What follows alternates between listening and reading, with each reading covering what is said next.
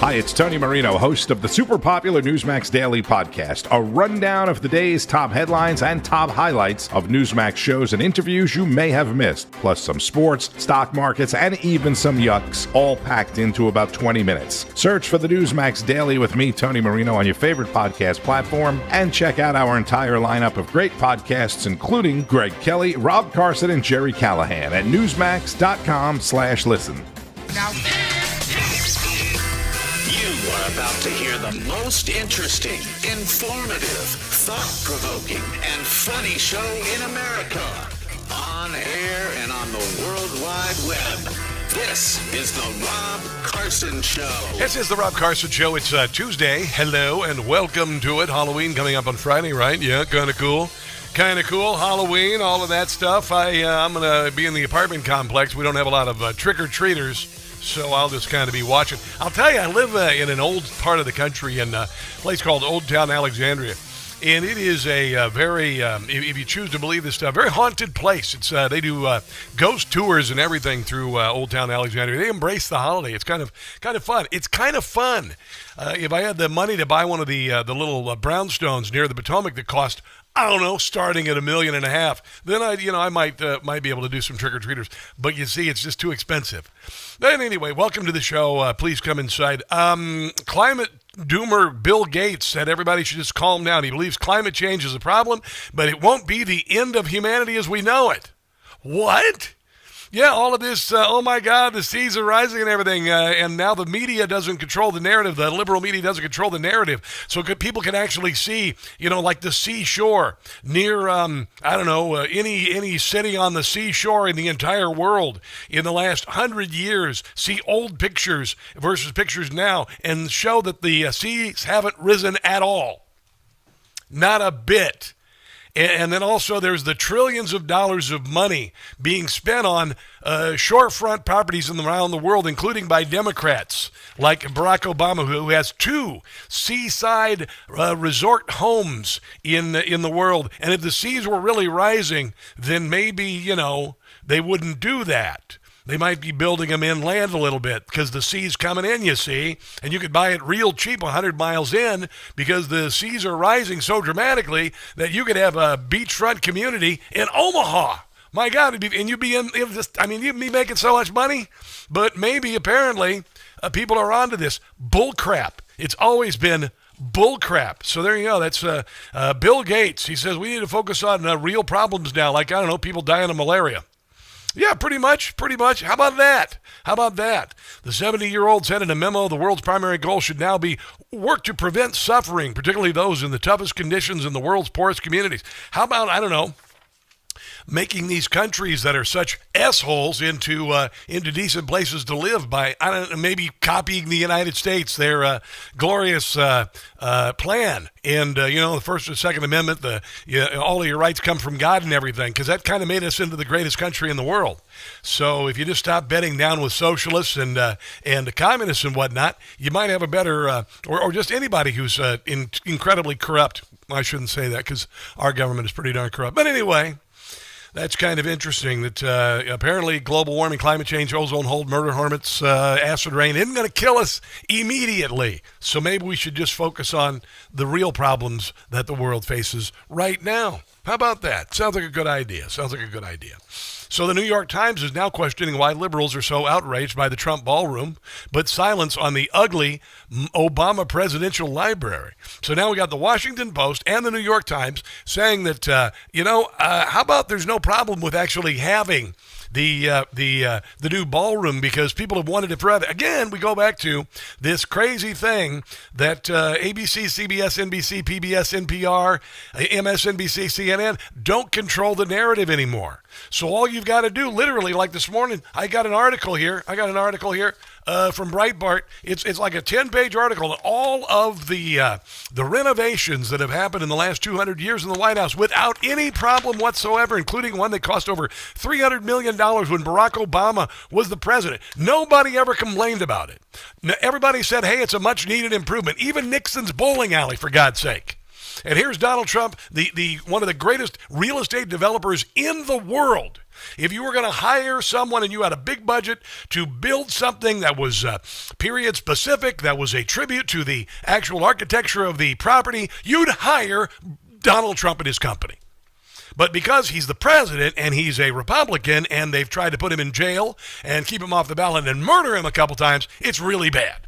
It's really bad, but it's falling flat because all people have to do is just Google renovations to the White House and then realize, I don't know, Jackie O wanted a ballroom. She was actually planning on a ballroom because she realized what a pathetic place the White House was to entertain any number of people over 100. Otherwise, you got to put up tents and you got to have outhouses. I mean, literally, porta potties for world leaders when they did outdoor gatherings in a tent. Really? Really? So Donald Trump is building this ballroom, and the Democrats, they just be to hear their head rattle, as my dad used to say. They just want to pitch a fit no matter what it is. Running the largest pay-to-play scheme in the history of the country, and probably soliciting donations from people who've got business before the United States government. And all of this is going to have to be investigated. It will. All of this will have to be uncovered. It will. And then Eric Swallowswell and a couple of other Democrats said the first order of business if a Democrat's going to run in 2028 would be to tear down the ballroom. $300 million building, carefully built by the best builders in the country, just as a petulant little temper tantrum. Just tear it down. I mean, honestly, man, grow the hell up. And these people are going to be held accountable no matter how long it takes. Would Republicans stand up and say anything? The people who rip down famous statues now care about preserving American history. True, According to the White House Historical Association, enslaved human beings were likely involved in all aspects of the construction. Oh, my God, don't you get tired of the drama? So the New York Times columnist Ross Douthat wrote that the Obama Library in Chicago's South Side is architectural vainglory, battening on presidential ego, inappropriate to its setting, unmoored from memory and tradition. Admittedly, it's not the most important architectural controversy involving an American president at the moment, the columnist wrote. But you would think that Donald Trump's demolition of the White House East Wing to make large room for a large neoclassical ballroom should be connected to how you feel about the monolith, megalith, and the larger urban progressive approach to public building. The project that has progressed at a snail's pace, costs ballooning from the original $330 million to $850 million, and isn't slated until finished next year.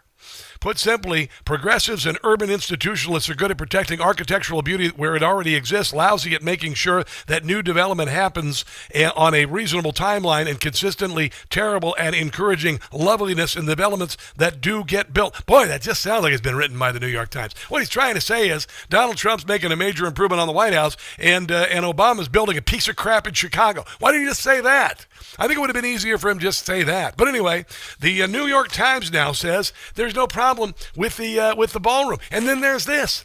CNN staffers outraged after their boss told them to stop talking about the boring White House ballroom stories after a trip to see Donald Trump.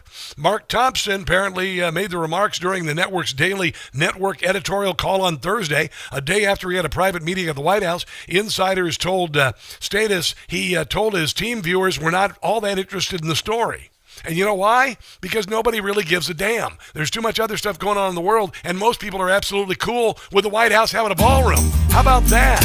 How about focus on something important? We took the jackhammer to the White House ballroom. Dear God. We're gonna make it bigger. Get a grip. Than it's ever been. You didn't pass the CR again today. Increase the square footage. Will be 3 times larger. It will seat 600 people. Yeah, they did it. From all over this land. Actually, it's closer to 1,000. I'm putting my own money. No outhouses. In White House improvements. Unlike the Clintons. No. Who robbed the place blind. Yeah, they took all the silverware. They took the bar of soap. Everything was stained, too. They even stole some tables. It's like a murder scene. I will upgrade the White House. It's part of my plan. Why is the carpet sticking? Rose garden I made nicer. Yeah, they complain about that. People say they love it. Wait till they see this ballroom. Oh my, it's gonna be great. It's gonna be amazing. Remember the first term of Donald Trump, where they were, they came up with the Russia collusion hoax and they impeached him and all of that, and then they went after Melania Trump for the beautiful Christmas decorations that she didn't feature the most beautiful first lady like ever, who's an international supermodel on any magazine covers, and then bitched and complained because she decided to make some upgrades to the rose garden, which had fallen into disrepair, and they said, well, there aren't any roses out here, look at how ugly it is. Well, it takes a couple years for roses to bloom.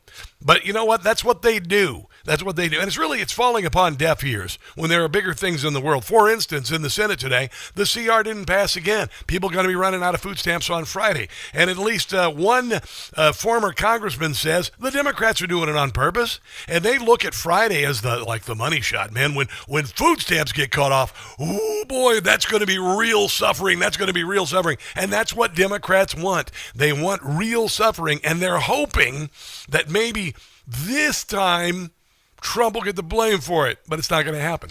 Kind of ridiculous. I've got more on this coming up. Your calls as well at 800-922-6680. This is The Rob Carson Show.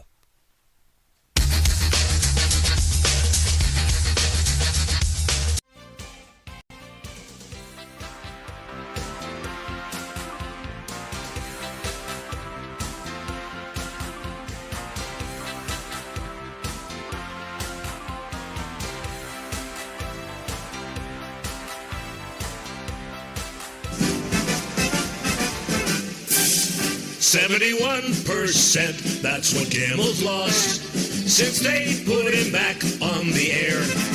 The morons at ABC were too blind to see that about Kimmel no one cares. 85% in a key demo.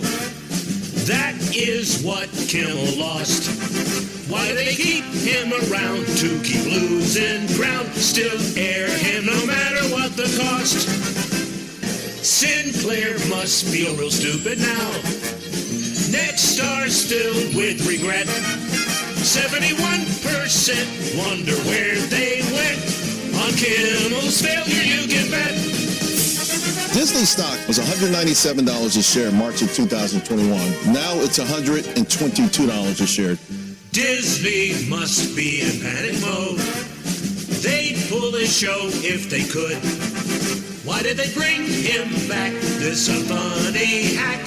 Suspension should have been for good.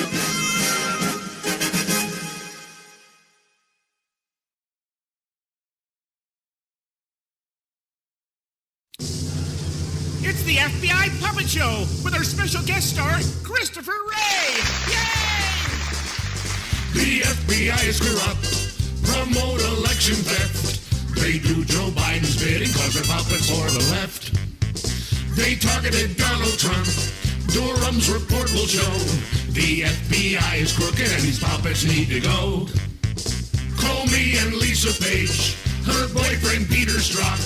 Russian collusion garbage from these puppets was a crock. Why were there no indictments? They found a smoking gun. They covered up for Sleepy Joe and his crooked son. It's time that we clean house, disband the FBI. It's time that they're all fired. Why were they ever hired? It's time that they're all fired from the most deplorable, oh so horrible, quite immorable, unadorable FBI is Biden's puppet show.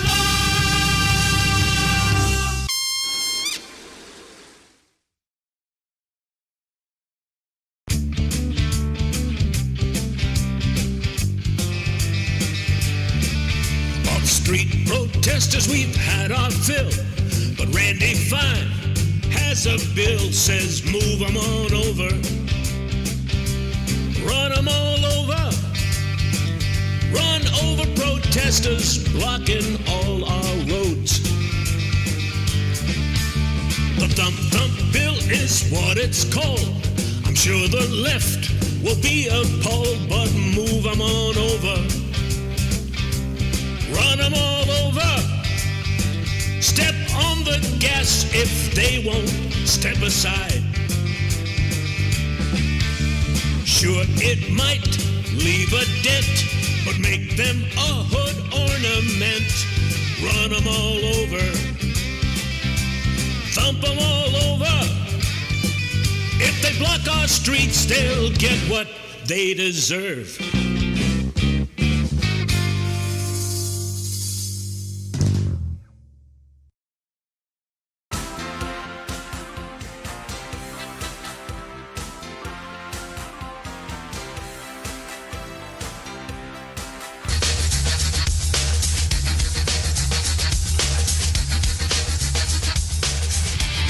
The Rob Carson Show podcast is everywhere.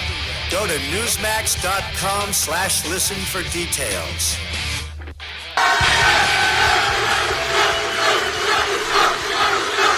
What a group, what a group. All champions. Wow. That is Donald Trump on the USS George Washington, and American troops cheering him on, not angry that their pay could be, stopped because of the government shut. That's really crazy. That is really crazy that the troops love him so much. That is just wild. Here's a little bit more from Donald Trump on the USS George Washington in Japan, where he was given a hero's welcome. The sailors on this ship sacrificed so much for our country and the president, and I will tell you, the president standing right up here loves you. I respect you and I love you. And I'm giving everything I have to make sure that when you get home, you find an America that is safe and proud and sovereign and free. Isn't that amazing what happens when you actually do something, unlike Joe Biden, who had pudding for brains and put the lid on his day at 9 in the morning while getting tens of millions of dollars from communist China and Ukraine and other places. Completely corrupt man. Worst president ever in the history of the world. We are seeing the best one that we've certainly seen in our lifetimes. Here is Donald Trump in Japan. That's where he is right now. New Japanese prime minister. A lot of love fest going on over there and lots of great trade and everything. For 2.5 centuries, America's Navy has preserved the vision of our first commander-in-chief, who gave this ship its storied name, its righteous soul, and its timeless motto, first in war, first in peace. Very famous phrase. That's right. George Washington. After 250 years, that is exactly what our country is today. It's first in war, first in peace, first in wealth, first in power, first in science. And if you bleep around, you'll find out. First in spirit and first in freedom. And yeah, we kind of kick butt. We went through 4 bad years, but now the worst. America will always be first again. If you have the right person up here, if you have somebody that understands a lot of different subjects, we're going to be bigger, better, stronger, and more important, really, frankly, to the world. Japan respects us. If you see what's going on all over the world, they're respecting us again. Yeah, and if they don't respect us, they fear us. And that's not a bad thing when you consider the world. But here is Chuck Schumer, the old gargoyle with osteoporosis, complaining that Donald Trump is gallivanting around the world. I mean, he's signing lots of trade deals and getting us trillions of dollars and ensuring peace and everything. But he's not here when the Democrats are shooting down the CR. 5 days away. Starting this Saturday, tens of millions of Americans face the specter of financial crisis. Yes. All while Donald Trump, this is what the Democrats want, is dancing on the tarmac in Malaysia. I know, I did the YMCA dance. It's so cool. Donald Trump may be having a nice time abroad, but he's working his ass off, unlike Joe Biden, who 40% of the time was on vacation. Then after he was removed from the race because his brain was made of pudding and Kamala Harris was shoved in without a single vote, he was on vacation 65% of the time. People here at home are dreading open enrollment. Insurance plans that cost $300 or $400 a month will suddenly cost $2,000 a month. Yeah, you guys supposedly fixed health care with Obamacare. I guess it didn't work out so well, did it? I know this because I just tried to get health care. I've got health care now, actually. I'm in a program that is Christians sharing health care costs. I'll just leave it at that. It's pretty impressive. versus all the other bullcrap I've had to go through. But yeah, old Chucky, he's mad. They did not pass a clean CR again, which is what the Democrats are. They know exactly what they're doing. This, according to former Senator Scott Brown. He told Newsmax, Democrats knew exactly when federal food assistance extensions were set to expire, but let them lapse so they could later blame Republicans. That's what they're trying to do this week, by the way. He said this on Newsline on Newsmax. Obviously, they voted for these many things many times. They knew that the Obama extenders were going to expire at this point in time, and everybody waited until the very end. And they are slobbering over the possibility that millions and millions of people will not have their SNAP benefits on Friday. Because they think, and at least they want to use it as a weapon against Republicans. And here's Jake Tapper calling out Chris Murphy about that. Let's turn to the government shutdown. Funding for food stamps is expected to run out at the end of this week. This is happening because Democrats have not agreed to vote to fund the government without the Republicans making concessions. Did Jake Tapper just say that? To seriously change health care policy. So is this a trade-off you're willing to make and continue to make, letting some Americans go hungry until these Obamacare subsidies get extended? Wow. Well, let's be clear. We're shut down right now because Republicans are refusing to even talk to Democrats. No, not at all. Actually, we gave you the clean CR, and all you got to do is vote on it, and then you can talk about other stuff. But you're doing this because you want to extend the suffering, because you want another $1.5 trillion in spending, including for illegals getting health care. Everybody knows it, you see, because nobody's just paying attention to ABC, CBS, NBC, NPR, CNN, and all those other garbage networks that nobody listens to anymore. They know what's going on. Here's MSNBC kind of turning on the Democrat Party, even MSNBC. Yeah, I mean, this is a very dramatic call from that union of federal employees representing hundreds of thousands with a statement today saying, among other things, that it's time for our leaders to start focusing on how to solve problems for the American people rather than on who is going to get the blame for a shutdown that Americans dislike. Because when the folks who serve this country are standing in line for food banks after missing a second paycheck because of this shutdown, they aren't looking for partisan spin. They're looking for wages that they... But you see, the Democrats are out of power, and they are willing to burn down the country to get a footing on power again. They don't care who suffers. If you don't understand that, then you weren't paying attention in the last 4 years, when every metric of quality of life in America plummeted into the abyss, where your grocery prices went up about 50%, where the price of a new car went up dramatically, where the price of a house doubled, and nobody said a damn thing. Nobody said a thing. When things are finally starting to look good, when inflation is flat, when interest rates are coming down, when we've got $20 trillion in new investment in America, they're going to start building stuff again. The Democrats are looking for anything at all. It was Elon Musk is a Nazi. Then it was Signalgate. And now it's this. And it's not going to work. Here is a federal worker calling into C-SPAN to say, knock it off, Democrats. I'm, a retired federal worker. And I hear people talking about, the president needs to get involved, and the Democrats are saying this, and Republicans are saying this. This is the truth. The Democrats, and I'm a Democrat, are the ones that actually, in the Senate side, shut down the government. They did not vote for a continuing resolution except for 3 of them. One is the senator of Pennsylvania, Fetterman. And all. So they have to get together and stop holding an American hostage. Yeah, 100%. But again, the Democrat Party didn't care while you were suffering with the southern border open and 20 million people coming across the southern border, unvetted for disease, unvetted for criminal activity, crime rate going through the ceiling, etc. American cities burning in 2020. Democrats could have given a rat's behind about it, but now they're going to try and convince you we're the ones who don't care for them.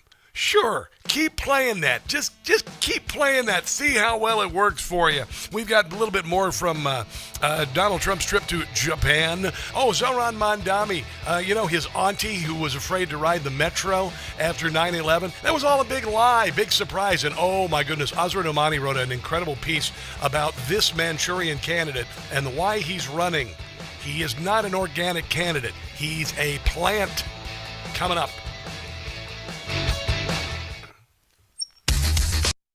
Hey guys, it's Carson, not proud member of the 4 a.m. club. You know what that is? Well, that's the time that I usually wake up every night and can't get back to sleep. Then I found Beam's Dream Powder.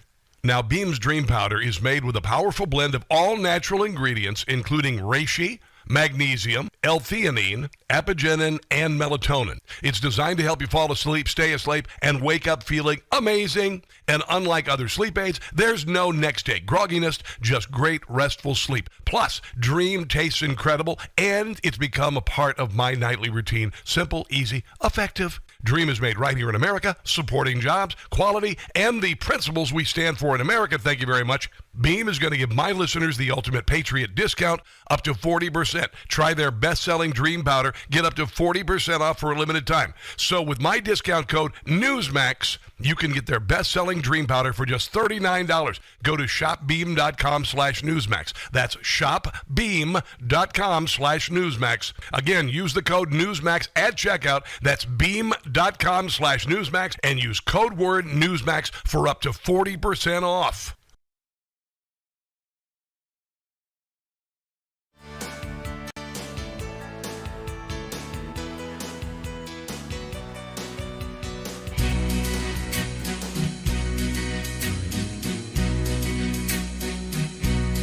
People say it's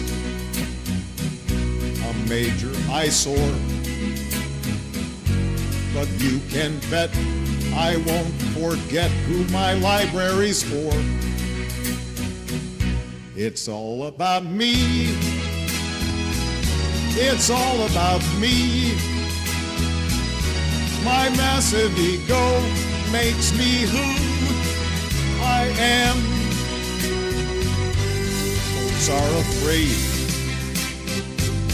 that they'll be displaced, afraid the places they live will soon be erased.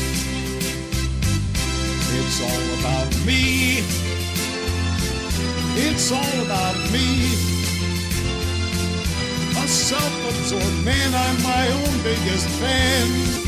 It's all about me. It's all about me.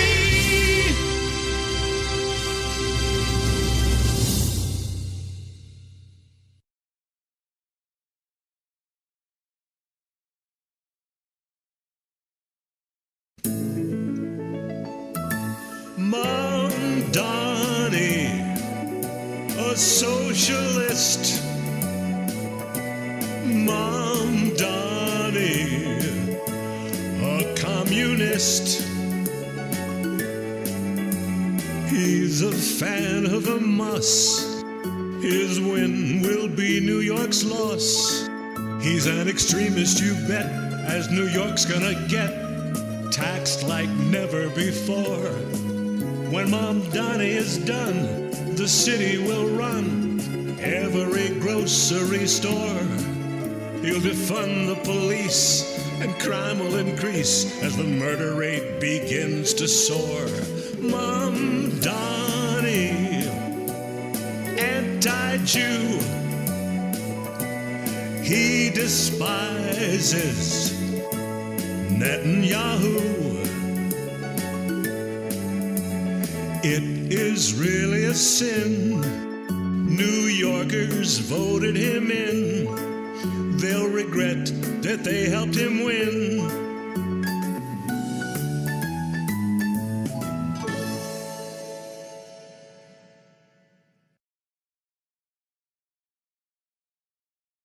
We're eating pickles from the dollar store. Hot pockets from the Dollar General. Chicken wings expired yesterday. We're eating pickles from the dollar store. Hot pockets from the Dollar General. Chicken wings expired yesterday.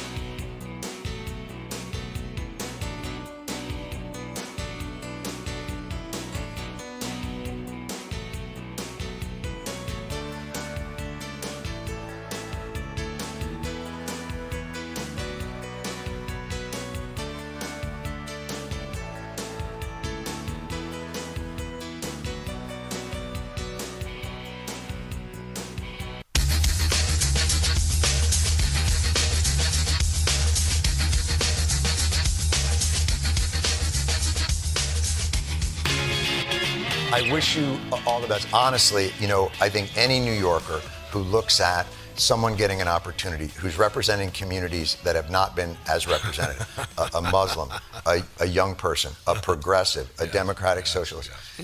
There are so many different communities that are looking to you, and this, I hate to put it on you, as a bit of a Jackie Robinson moment. Oh, and my I know God. that Hold on, I just threw up in my mouth a little bit. Though, should I do it again? Hate to put it on you, as a bit of a Jackie Robinson moment. Oh, boy. And I know that probably wields some weight.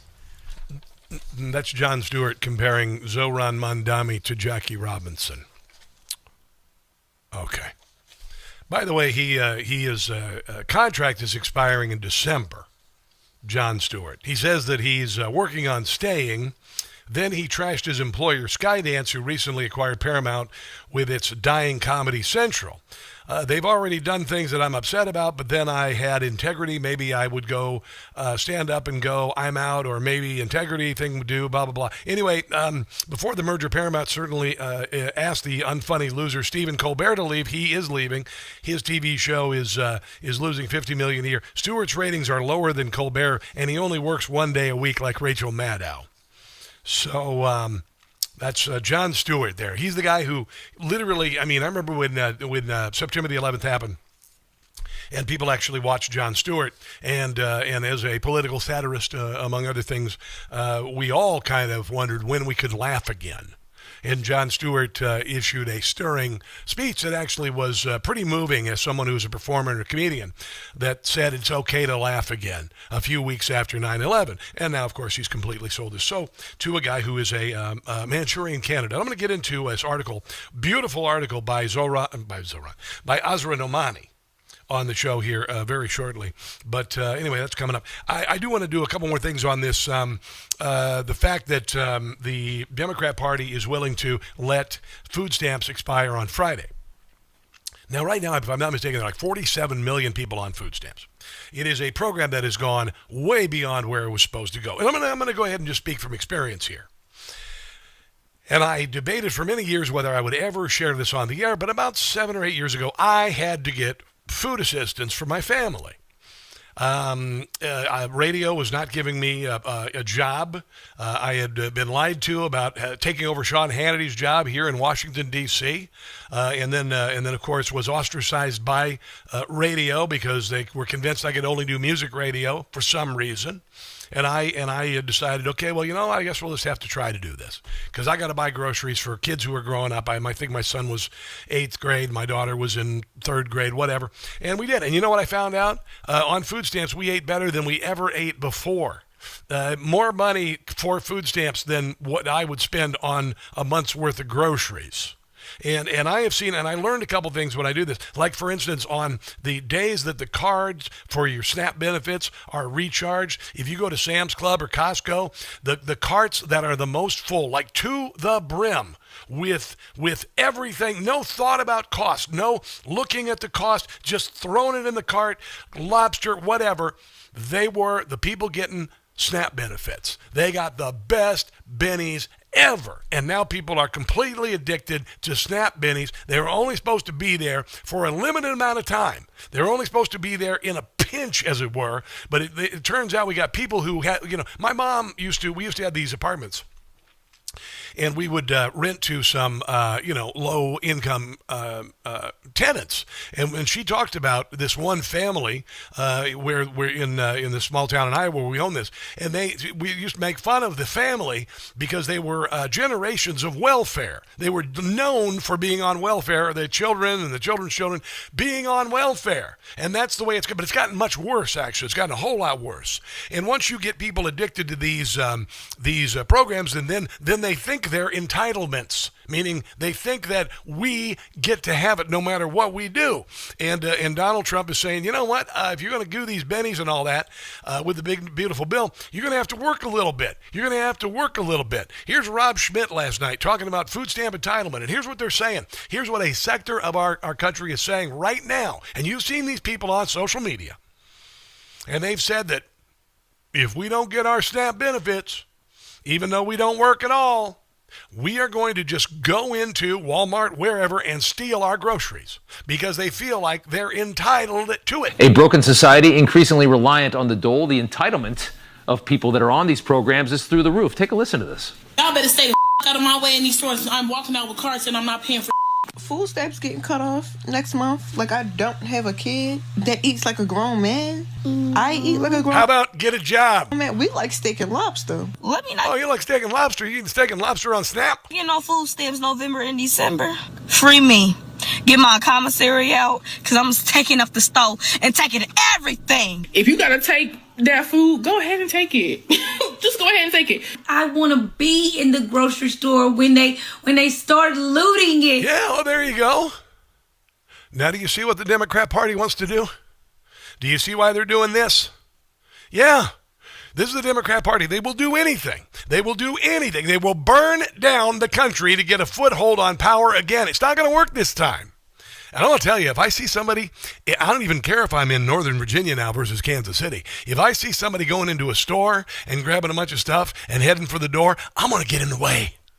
And I'm not easy to move out of the way. I'll just put it that way. Here's Byron Donalds talking to Rob Schmidt about food stamps and how the Democrats are going to use them as a weapon this week. One of the things that we did do with respect to some of these benefit entitlement programs is that we did start putting in honors checks. Like, you actually had to demonstrate that you qualify. There are work requirements that are back in place. Yeah. Now, the work requirements are not something that I would say is a true work requirement. Yeah. Right now, it's 20 hours a week, working or looking for work or volunteering or going to school, qualify. Yeah. I think that number should be 40 hours a week. Like, look, if you're doing everything that you can do as a human being to try to make ends meet on your own and you're just not getting there, then I could see where there's some assistance that would come your way. Absolutely. But there's a lot of work that has to be done on these programs if you're going to have a system that does help people when they really hit a hard point in life, but doesn't become something that you just continuously live on for decade after decade. Yeah, the Democrat Party has made them, the people who receive these benefits, into an entitled class. They get to have them no matter what. And they've gotten pretty rich. And the Democrats ladled on even more benefits for illegals in places like New York, where they put them up in five-star hotels like the Roosevelt on Manhattan, where the $500 a night to stay there, you and I, we couldn't even dream of staying there because it's so bloody expensive. But, man, they put up the illegals. They put like $5,000, $10,000 on a Visa card or SNAP benefits, free health care, free baby formula, free diapers, everything. You're kidding me? You kidding me? Yeah. And the Democrat Party knew exactly what they're doing. They knew exactly what they're doing because once those entitlements go away, those who feel entitled to them, they cause all sorts of havoc. You combine it with the fact that in 2020, Democrats decided it was okay just to go in and steal. Take $1,000 worth of whatever from a Dwayne Reed or a Target or whatever in places like LA. You see what they do? Yeah, they do. Here's a new story today, and by the way, I checked my PC. Urgent warning to Gmail users as 183 million passwords are stolen in data breach. And then it provided a link how you could check to see if your account was affected. And I got on the link, and mine was. My Gmail had been infected. Now, you won't have to worry about this. This, by the way, this happened a couple weeks ago because I got WebRoot. Total protection. By the way, I just signed up. First, the year, one computer here, 1 year, $20. $20. Unbelievable. WebRoot Total Protection will protect your computer. Just go to webroot.com/Carson. You get 60% off a limited time. I did. $20. My PC here in the studio for a year. $20. Unbelievable. Real-time antivirus protection against emerging threats like malware, ransomware, phishing, scams, etc., like this. And if you have Gmail, check it out. I posted this on my social media. I'll post it again so you can check and see if your Gmail was affected by this. Okay. Rob Carson Show on all social media. Firewall and network monitor, web threat shields, detects and blocks malicious websites, etc. VPN for up to 5 to 10 devices. Select your connection from 80 locations in more than 65 countries. Family protection includes toddlers, students, seniors. Up to $1 million in expense reimbursement for stolen funds and out-of-pocket costs due to identity theft, advanced dark web monitoring. Are you kidding me? Just go to webroot.com/Carson, webroot.com/Carson, and I will post on my social media where you can find if you have been, where your Gmail has been corrupted, okay? Just check that out. But I discovered it was, and they're always fishing for something. Just when you think you're protected. Just when you think you're protected, then, then suddenly all of a sudden you're not. Oh, I got to take a break. Let's take a break. This is The Rob Carson Show. You didn't click me, Brian.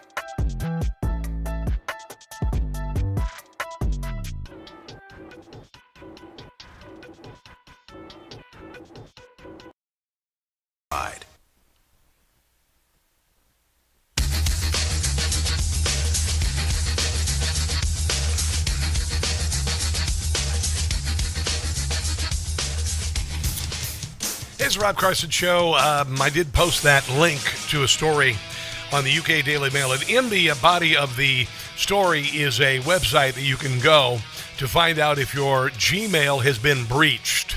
But 183 million passwords were stolen in the breach. My account had been affected. Won't happen again. Webroot, thank you very much. Breaking news from Newsmax, House Oversight, Biden's executive action with autopin illegitimate. There you go. President pudding for brains. Yeah, President pudding for brains.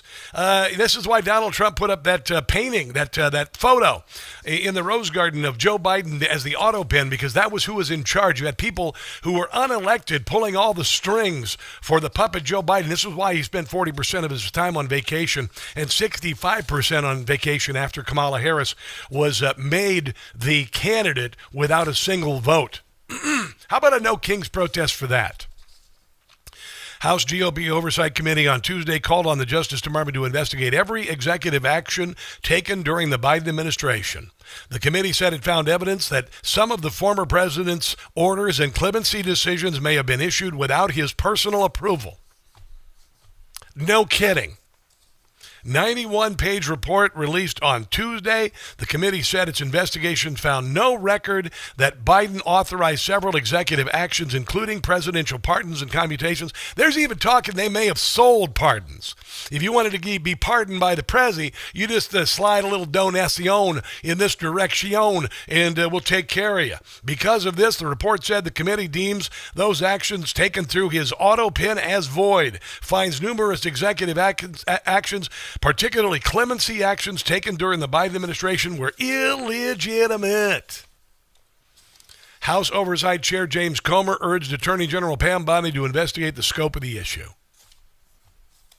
See, look at all the indignities they served you and me while that jackweed was the president of the United States after they rigged the election so he could win and said he got 81 million votes legitimately. What a joke.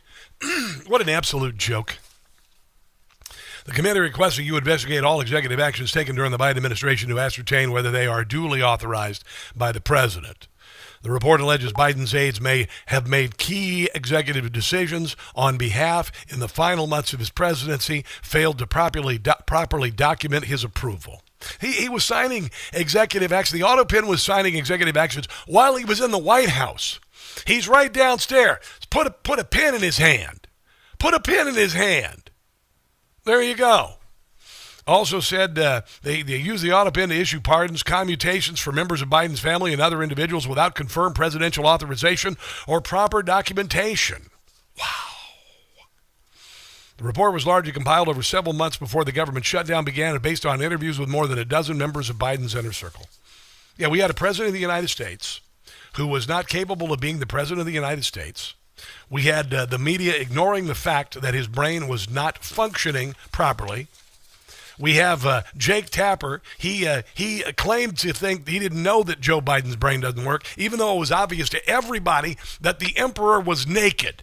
The emperor was not only naked, he was on a parade float with a marching band and a Cadillac out in front of it with horns on it and Boss Hogg driving it. That's how obvious it was. But of course, Jake Tapper, he didn't say that, I didn't see it until the debate. And then he wrote a book about it when he left office. And now Karine Jean-Pierre is still acting like, oh no, his brain was perfectly fine. Nobody believes it.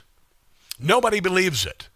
And all of the indignities that were served to you and me when we knew the truth, and all of the times you called our opinions disinformation and misinformation. Well, guess what? The little chickies are coming home to roost. Everybody knew Joe Biden's brain didn't work. Everybody knew Joe Biden was put in office so he could do what Barack Obama always dreamed of, the class of 1968, their moist dream to make America into a Marxist, communist, socialist utopia. That's why all of this absurdity was done. That's why the southern border was open wholesale, despite the death of hundreds of thousands of people and the trafficking of hundreds of thousands of children and women for sex and labor. All of that was done by a group of people who hated America and wanted to bring it down, and they used a puppet with pudding for brains to do it. Duh. Let's take a break and come back. This is The Rob Carson Show. All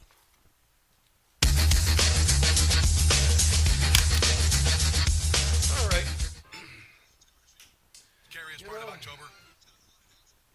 And you know what I said during all of it, because I'm not stupid. I knew it because I'm not stupid. Been saying it for years. Mickey Hastings, I sure like your show, Rob. Well, I like you too, Mickey. Hello, hello, hello, deplorable dinosaur. What's going on? Bruce Radford, good to see you. Trump has a king outfit for the White House Halloween party. Hell yeah, he should. Good to be the king. Good to be the king. Over on Facebook, Robert Lawson, hello. Jellyfish Hunter, good to see you there. Carol Leftwich, I hope you're enjoying the show so far. And who's watching on the Rumbly Root? Dookie Bear, Tom K1. Hello, Lynn Scat. What's going on? Somebody said they didn't see the article about your email being compromised on my social media. Let me just double check because I just posted it. Yeah, there it is. Right there on the Twitter. Check here to see if your email's been corrupted. Over on LinkedIn, check here to see if your email's been corrupted. Over on Facebook, check here to see if your email's been corrupted. It's right there. Just look up Rob Carson Show on any social media platform. I put it right up there for you. But I did. I clicked on it this morning, and lo and behold, and this is why I get all these phishing things saying, oh, we need your credit card updated because your payment is late.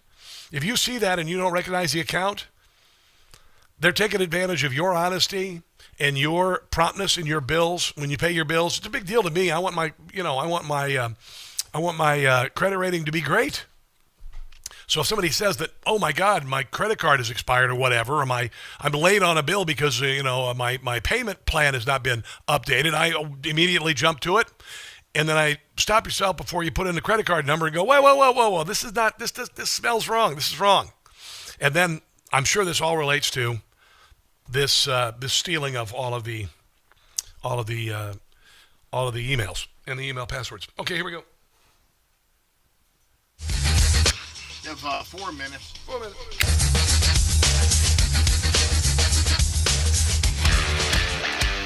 I did post the place to check, the article in the UK Daily Mail. Urgent warning to Gmail users, 183 million passwords stolen in data breach. And in the body of the story is a place that you can check. And then I put it up on all my social media at Rob Carson Show, and my Gmail had been compromised. So not a big surprise, because I've been getting a lot of phishing, a lot of bull crap, where they say, "Oh, your account information needs to be updated. You're late on a payment," and you go, "Oh man, I don't want my credit rating to get screwed up." And so you immediately go, well, I better update it just in case. Because, they're always asking you, you got to change this credit card to pay this bill, this credit card to pay this bill. I use one credit card for business. I use one credit card or ATM for all of my other bills, including, my car payment or whatever. So anyway, there you go. That's what's going on. So next hour, I want to get into extensively this terrific piece by Azra Nomani about Zohran Mamdani. Zohran Mamdani is not an organic candidate. He's not running because he wants to make life in New York better. He is a plant. He is unapologetic socialist. Here is Victor Davis Hanson talking about Zohran Mamdani. It looks like for the first time in the modern era, at least, an unapologetic socialist. Zohran Mamdani is going to be the mayor in our November election. He says he's a democratic socialist, but he has said things that make sense only in a communist It's much worse than that. context. There has been massive demographic changes in New York, and it's no longer just a democratic city, it's a radically democratic city. So Mr. Mamdani thinks he can appeal to these hard left constituencies in a way that would make his election possible with very low turnout. Can he be stopped? The only way that he could be stopped if the left and the center and the right were to combine and say, this man represents the destruction of our way of life and he's going to bankrupt the state. He also represents radical Islam. And he's using you useful idiots, socialists, Marxists, young people who are uneducated about history or anything else to get your votes. And then he's going to bleep you over. This includes Jewish people who are foolish enough to vote for this guy. He's a liar of the highest order. Here he is lying about his aunt, his auntie, who after 9/11 was afraid to ride the subway. I want to use this moment to speak to the Muslims of New York City.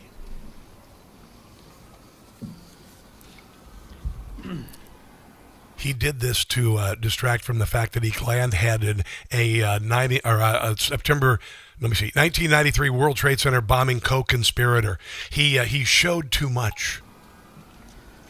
I want to speak to the memory of my aunt. Yes, his aunt. Who stopped taking the subway after September 11th because she did not feel... That was a lie. He made it up. He actually was talking about his Zera Fui, my father's cousin who passed away a few years ago. Here he is walking back the lie and trying to pin it on other people. Yes, I was speaking about my aunt. I was speaking about Zera Fui, my father's cousin, who sadly passed away a few years ago. You're full of crap. And for the takeaway from my more than 10-minute address So about listen to this. Islamophobia in this Listen, race and in this city to be the question of my aunt tells you everything about Andrew Cuomo. Wow. And his inability to reckon with a crisis of his own making. Yeah, that's called passive-aggressive and trying to pin his lie on somebody else. He is beyond a wolf in sheep's clothing. We'll get into this. And by the way, Cuomo has cut Mamdani's lead by 10 points. Is it too late for New York City? We'll see. Hour number 2 of the Rob Carson Show is right ahead. Don't go anywhere. This is the right choice That was for tight. Maryland.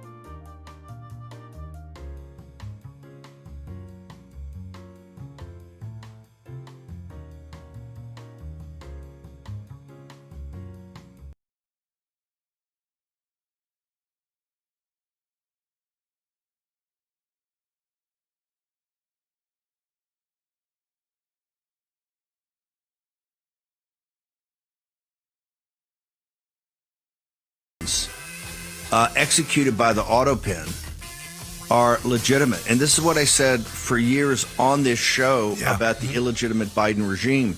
Yeah.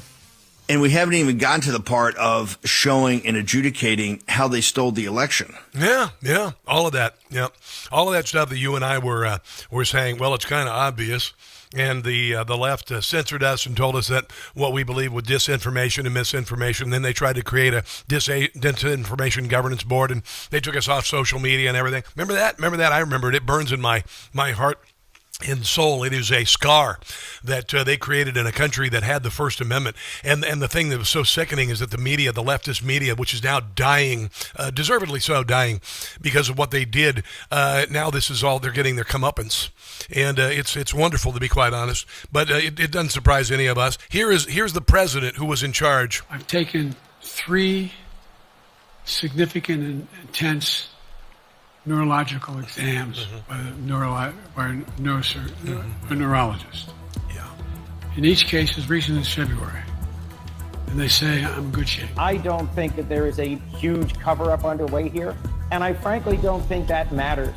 He is sharp, intensely probing, and detail-oriented and focused. He is as sharp as ever. There is nothing to these challenges, these suggestions that somehow he's not sharp and he's not capable. Joe Biden has vision. This is a very No, he had pudding for brains, 100%. Everybody knew it, completely shot. Everybody knew it. Everybody knew that the 2020 election was not free or fair.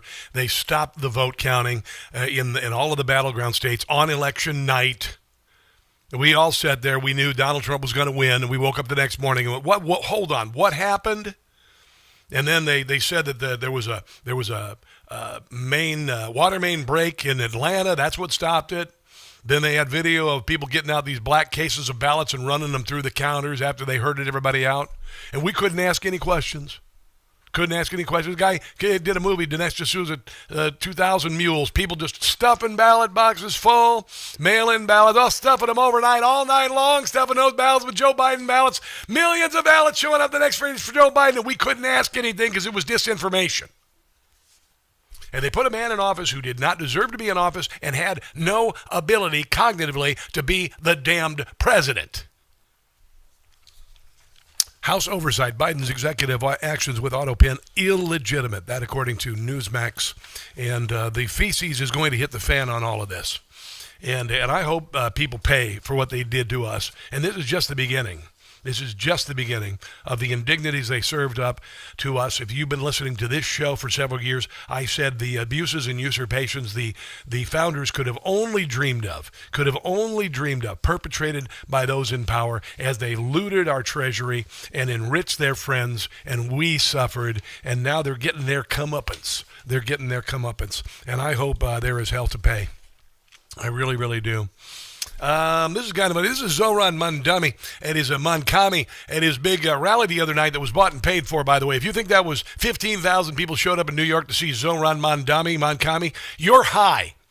Because nobody shows up in mass like that for a Democrat gathering unless it's bought and paid for. Like earlier this year, they had old Bernie Sanders and the idiot AOC in Colorado. 25,000 people showed up. Oh, my God. You know why they showed up? Because they were bought and paid for. It turns out every one of them had been to multiple Democrat rallies, Kamala rallies. All of it is fake.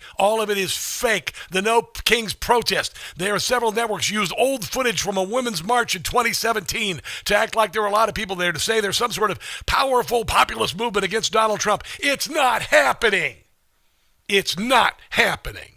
But here is Zoran Mankami the other night. All the promises. Listen to all these promises. Listen to the glory and the fantastic freebos you're going to get that Democrats have been promising forever and never have delivered. We are going to freeze the rent for more than 2 million rent-stabilized tenants. Now, the only problem is he was asked about how you're going to freeze the rent for 2 million people, because that involves a lot of people who own these buildings, and they require the rent to be raised according to the increase in their fees and whatnot for owning the building. And by the way, rents went through the ceiling across the country because Joe Biden allowed 20 million illegals into the country, and in places like New York, housing became very scarce, and so it went up in value, and it became much more expensive. Yeah. This is what Zoran said when he said he'd freeze the rent for 2 million people. We would use the full extent of powers that we would have as the mayor with the Rent Guidelines Board.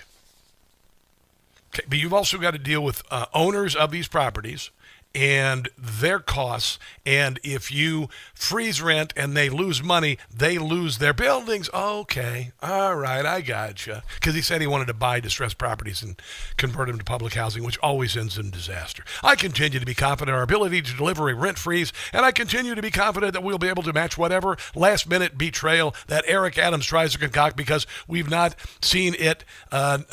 We've seen it's not just that he's actively looking for a way to betray New Yorkers, blah, blah, blah, blah, blah. So he's promising a whole lot of stuff that he won't deliver. You know why? Because there are a lot of useful idiots who think he's somehow, once again, another sort of messiah. And use every resource at our disposal to build housing for everyone who needs it. Sure. Yeah, I think, Gavin Newsom tried that in California, lost $26 billion. And homelessness went up.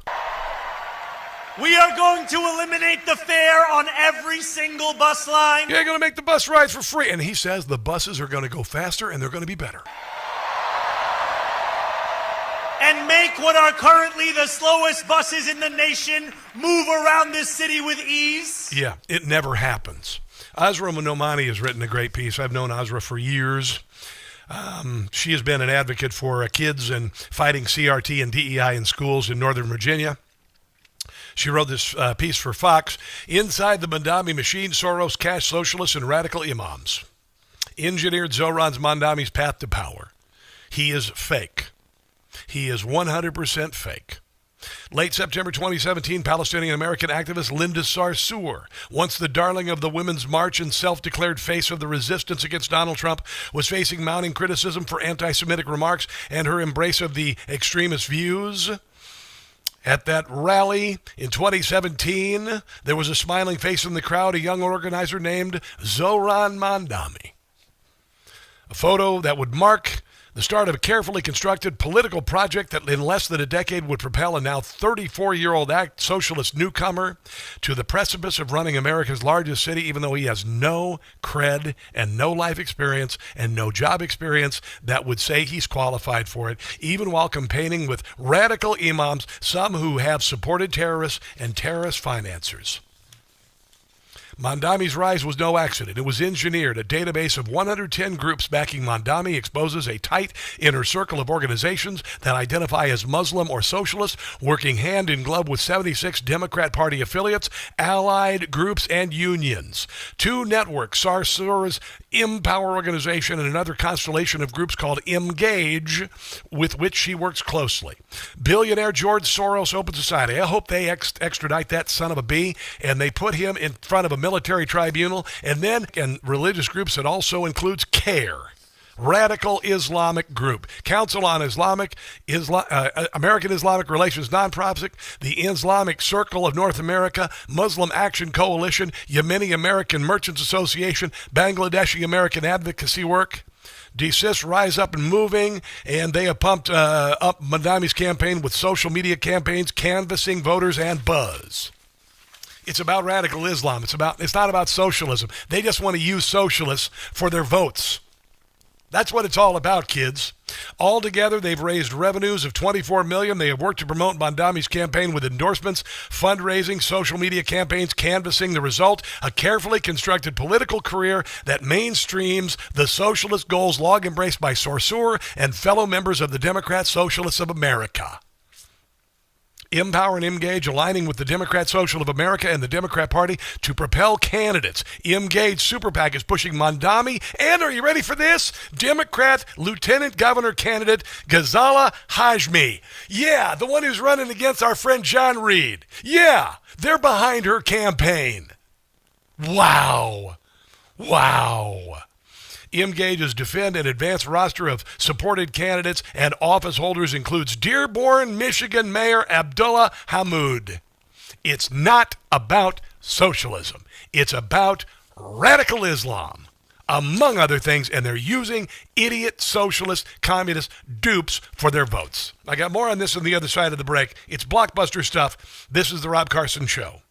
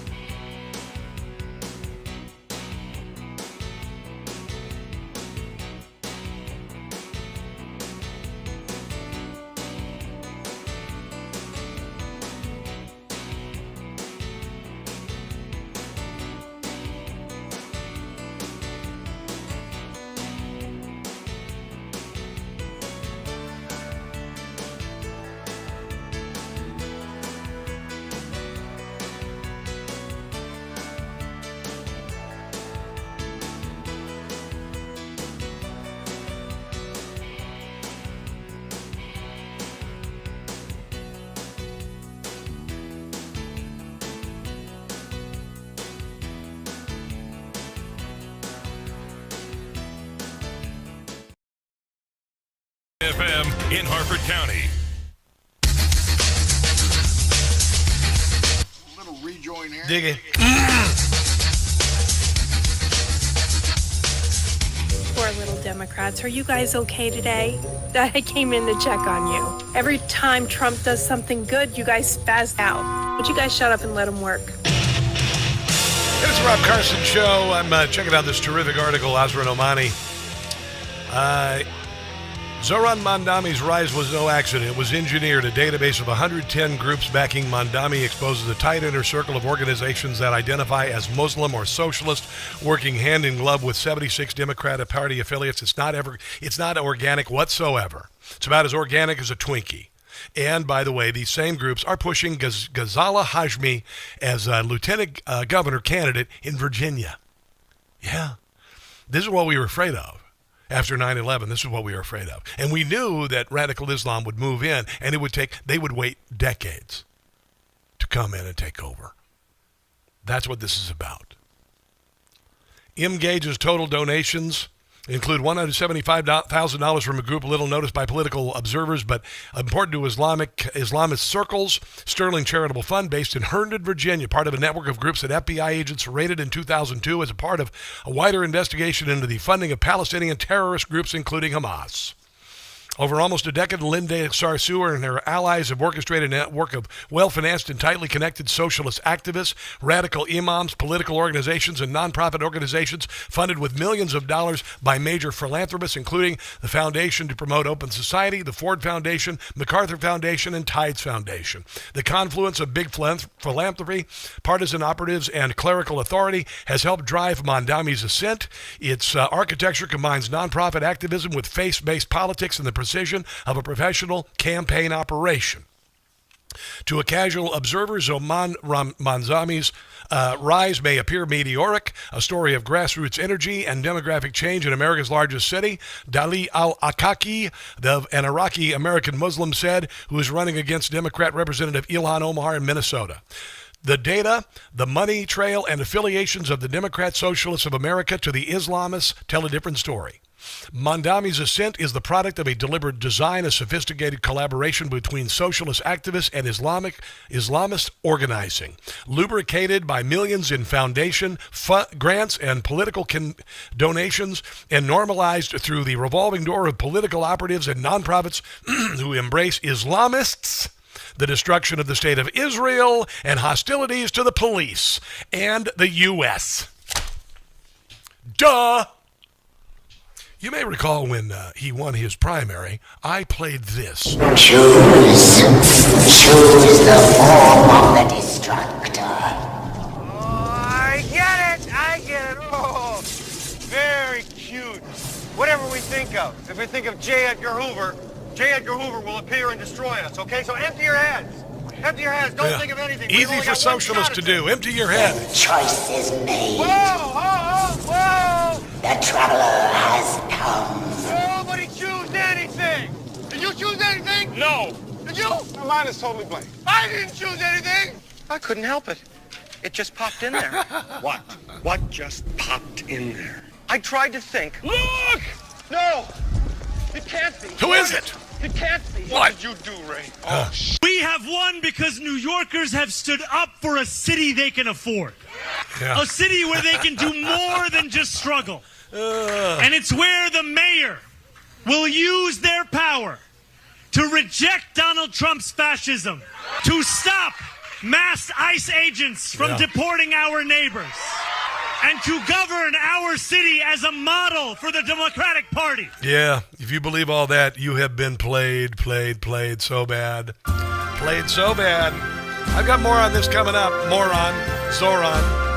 Here's Jim Gossett on the Rob Carson Show. Danger to New York. Mom Donnie's trouble. Taxes under him. And they took it hook, line, and sinker. Are bound to double. He'll destroy New York. Free stuff. Before his term is through. Private ownership. Radical Islam. He wants to end it. Every cent you earn. Won't tell Hamas to put its arms down. He wants to spend it. Government-run stores. Won't condemn, globalize the Intifada. Is something he'll pursue.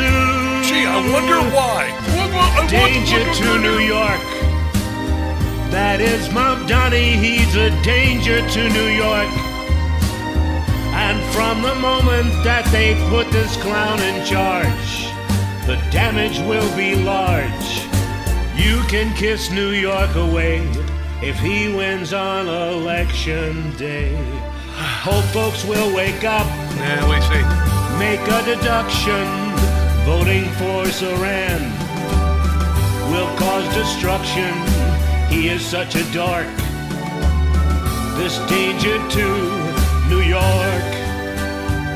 Jim Gossett.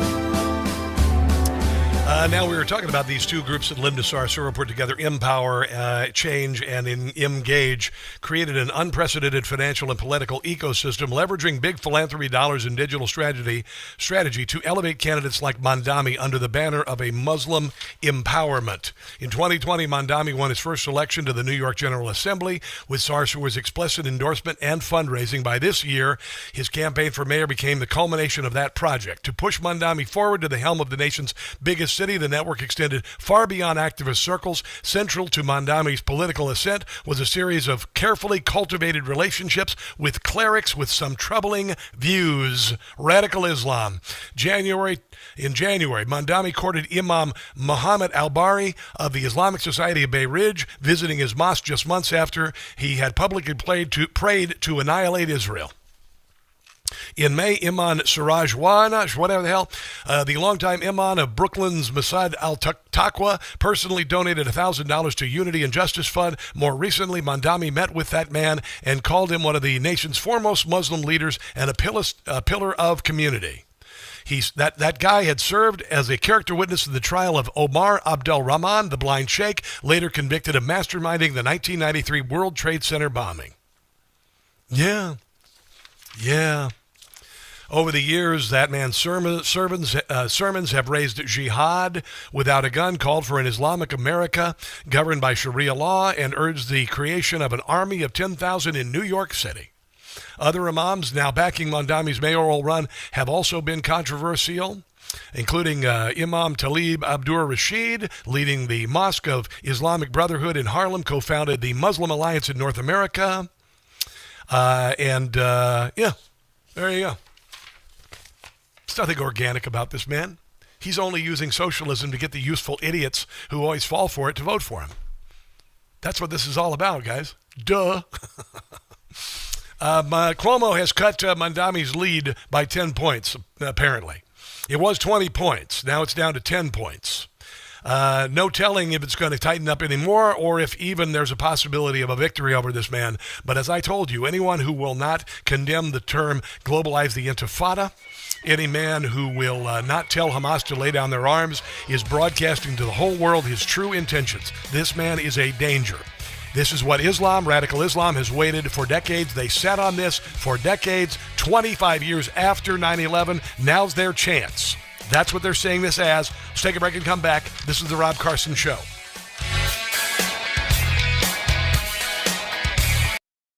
Hey guys, it's Carson. Forget fresh olive oil. I eat olive oil every day. I got rid of seed oils years ago. Life is too short to not have wonderful fresh olive oil, and I mean fresh.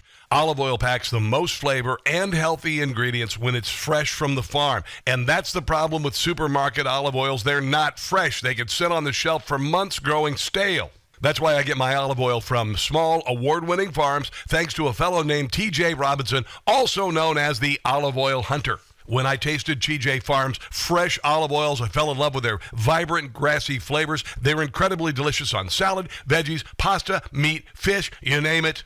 And as an introduction to his Fresh Pressed Olive Oil Club, TJ is willing to send you a full-size $39 bottle of one of the world's finest artisanal olive oils, fresh from the new harvest, for just $1 to help him cover shipping. There's no commitment to buy anything now or later. Get your free $39 bottle for just $1 and taste the difference freshness makes. Go to GetFreshRobCarson.com. That's GetFreshRobCarson.com for a free bottle and pay just $1 shipping. GetFreshRobCarson.com.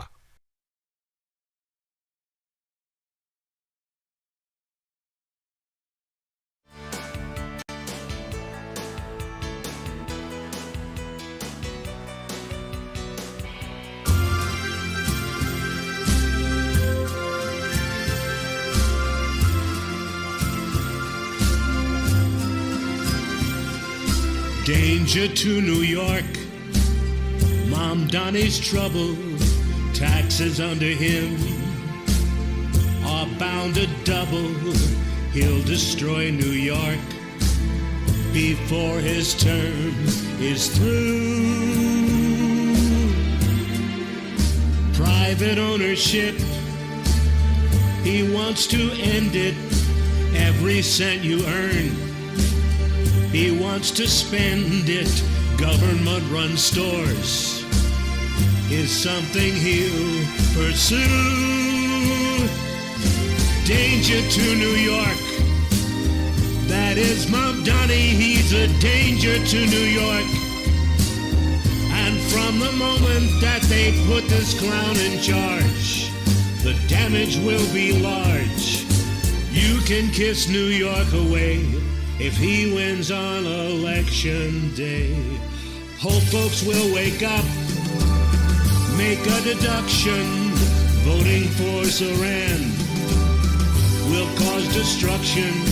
He is such a dork. This danger to New York.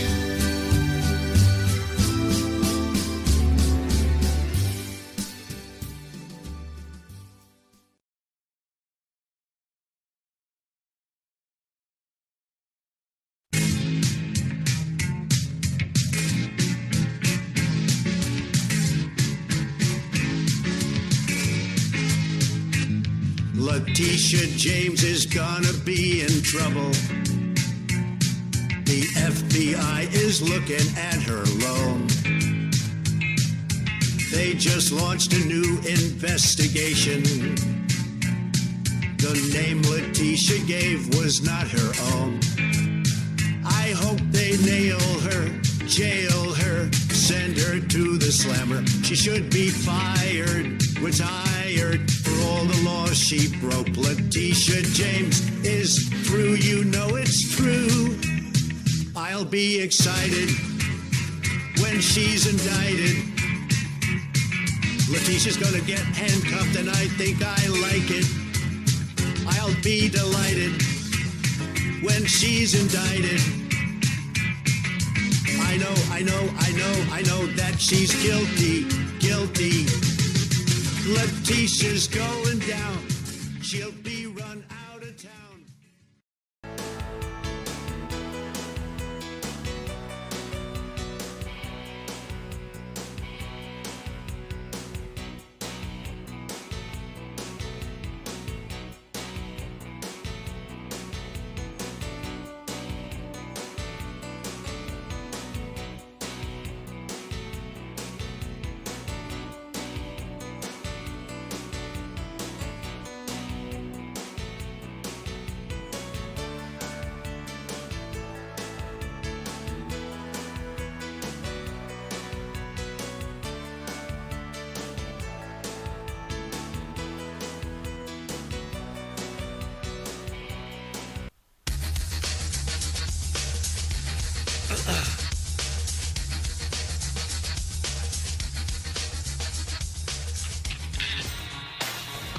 There's only one parallel in history that I can think of that has occurred in my lifetime, and that, of course, would be the internment of 120,000 Japanese Americans during World War II. That is Dick Durbin, who is comparing ICE apprehensions of illegal aliens. I could say that now without being censored. It's so crazy. It's so weird to have free speech again with the First Amendment. But yeah, and he compared it to the internment of Japanese Americans during World War II. Somebody needs to tell him a Democrat did that. I don't know if you knew that, but a Democrat did that. It was Theodore Roosevelt. He's the guy who said, "Oh, you got you're Japanese. Well, you know, I don't care how long you've been here. We need to throw you in an internment camp in the middle of the desert and keep you there." That was a Democrat who did that, and of course, this is not even a good comparison. But the Democrat Party's willing to throw slavery in there, willing to throw anything in there. They're willing to bastardize any horrible moment in history and compare it to something that's going on right now. That pales by comparison. It is utterly ridiculous. It's almost laughable if it weren't so serious. Emily Sturge is with Campus Reform, and she is also a Gen Z conservative. Hello, Emily. How are you today? I'm doing well. It's great to be with you today. Oh, my God, there's so much on the plate today. Did you hear about the executive orders? The Republicans are now saying that every one of Joe Biden's auto pin orders are illegitimate. This includes pardons. And oddly enough, Anthony Fauci is trending this morning on Twitter. No, that's the thing about this administration is we never know. We never know what tomorrow's going to bring us. So, no, I'm not shocked to hear either of those things, but I'm glad that we have a president who is working. Emily, Christmas is here early for conservatives after 4 years of Grinchiness, after 4 years of censorship. Every day we open up a new package. This morning we wake up and Donald Trump is in Japan and he's working on an incredible deal over there and he's being loved up and down all over wherever he goes and all that. And then we find out that all the auto pin signatures were fake and all of the things that were signed were null and void. And I mean, it's just fantastic. I can't wait till tomorrow to find out what's in my stocking. Neither can I. You know, one of the greatest parts about seeing the president go overseas, I love watching him on these trips because we see how respected he is by world leaders. We see how respected he is by other people throughout the whole entire world. I wish that we had more of that here at home. I wish the Democrats respected him as much as people all around the world do. But, of course, that's why the American people voted for him. Well, you know, Emily, normally if the Democrat Party were remotely, I don't know, love the country at all, they would be proud of what's happening. They would be patriotic and joyful. But you see, for the last, 20 years or so, they've told us that we should kneel during the national anthem and that the United States is a force of evil in the world, which is absurd on the face of it. Because London and Paris had existed 1,000 years before America. And when we were founded, they were still using the streets as a latrine. It took us less than 150 years to put electricity in every home, indoor plumbing, fly to the moon, and play golf, for God's sake. So I'm thinking America's a pretty great place. How about you? I'm thinking so, too. When you bring up anti-Americanism, I think immediately of our university classrooms. Oh, dear Lord. I'm a reporter for Campus Reform. I'm Yes. constantly talking to members of Gen Z. I'm reporting on the higher education system, and that's what I'm seeing in our university classrooms. Now, anti-Americanism. You've got a new piece on Campus Reform, which, by the way, even though it was quite a while since I graduated from college, I'm so glad you're there. UC Berkeley course promotes Abolish ICE movement, calls agency a racist deportation force. What the hell are you going to learn from this class that's going to benefit you in real life? Nothing, absolutely nothing, but I'm sure it's $1 million. You know, one of the best parts about this administration is that we have a president committed to removing criminal illegal aliens from our communities and making Americans safe. And then you look on our university campuses, and they're doing everything possible to stand in the way of making this country safer, even down to the rhetoric that they're using in the university classroom. Like you said, UC Berkeley, they're offering this undergraduate course. And I was able to get my hands on the syllabus from last spring and the spring prior, and I'm looking through the course readings. They're exactly what you would expect. They're all very leftist-leaning course readings. I'll read you some of the titles. Please. One of them is called "It's Time to Abolish ICE." The next one is called "Trump Wants to Take Away Your Citizenship." There are dozens of these leftist assigned readings that college students are being forced to read, and they all have one thing in common. They're all saying Trump is racist. They're all saying that Trump is a white supremacist. All of the rhetoric that we see from the left, calling him Hitler, calling him a Nazi, all of that rhetoric is taking place in this university course. But I'm not shocked by it because it seems to be way too many classrooms in America using this sort of rhetoric. Do you suppose, you're obviously closer to this than I am, but do you suppose we've made some headway with regard to getting rid of some of this in university classrooms? I know that Donald Trump had an agreement that he was asking universities to sign to basically make it sound, at least make things fair. You've got settlements by universities, tens of millions of dollars for anti-Semitism, and yet you've still got this nonsense. Are we making headway on America's campi? You know where we're making headway? I have been reporting for pretty much the 9 months of this administration that universities for a long time have been providing taxpayer-funded resources to illegal aliens, things like scholarships, free legal services, deportation defense, defending illegal alien students and their family members. All of these taxpayer-funded resources universities have been providing for a long time And the Trump administration is cracking down on it. That's where we're seeing success. Another big one is in-state tuition pricing. Yes. So illegal aliens qualify for that, whereas out-of-state American students pay the massive sticker price of, say, $50,000 a year. Well, illegal aliens get the much cheaper in-state tuition rate. That's one of the things that this administration has cracked down on, and we've already seen the Department of Justice sue states like Minnesota, Kentucky, Texas. We've seen some of these states already overturn those laws and take away some of these resources from illegal aliens. The Department of Education has launched investigations into scholarships at many universities, funneling taxpayer dollars to illegal alien students. That's our biggest successes so far. But look, there's still a lot more work to do. We have over 20 states still providing in-state tuition to illegal aliens. We have hundreds of universities still providing some of these taxpayer-funded resources. So the administration has made headway, but we've still got a lot of work to do. Is this beginning to affect enrollment? That's how you really hit the universities, and when you don't send your kids to those schools anymore. Well, you know what? I have seen reports saying that illegal aliens are going to begin, specifically in Texas, dropping out of some of the universities now that they don't get those in-state tuition rates, to which that makes me think, great. There will be more American students who can qualify for those spots. I think American students deserve, they should get those spots. Our university system should benefit American students first, especially when it's taxpayer-funded public university. When I'm looking through these scholarships, specifically going to illegal aliens, it's providing them housing, meals, technology. It's helping pay for medical bills. Wow. It's not just their education. And it's not American students who are getting those resources. So hopefully we can straighten things out and use our taxpayer dollars in a way to actually benefit Americans. Well, Emily, I appreciate your work. This new piece is called UC Berkeley Course Promotes Abolish ICE Movement, Calls Agency a Racist Deportation Force. It doesn't appear the Charlie Kirk movement has slowed down. It's only grown. And it sounds like good things are on the way. Thanks for fighting the good fight. Where can people find you on social media? I am at Real Emily Sturge on all platforms, and I'm posting on our website, campusreform.org, every single day. Thank you so much for having me. I appreciate you being on. You're welcome anytime. Let's take a break and come back. This is The Rob Carson Show.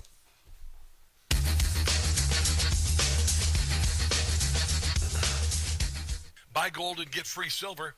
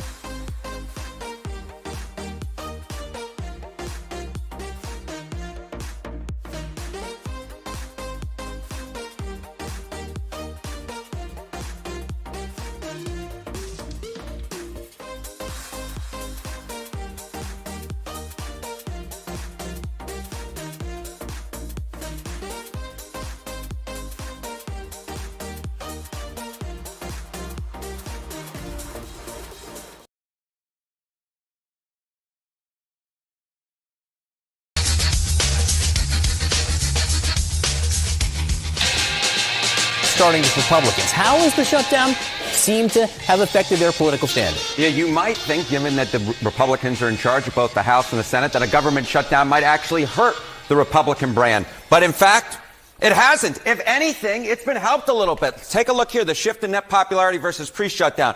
When we're looking at the Republican Party overall, that brand actually up 2 points. That's within the margin of error, but clearly it hasn't dropped. Wow. Come over to this side of the screen. Look at the net approval ratings for Republicans in Congress. It's actually up 5 points since pre-shutdown. So what we're seeing here is the Republican brand in Congress has actually improved somewhat. You know why?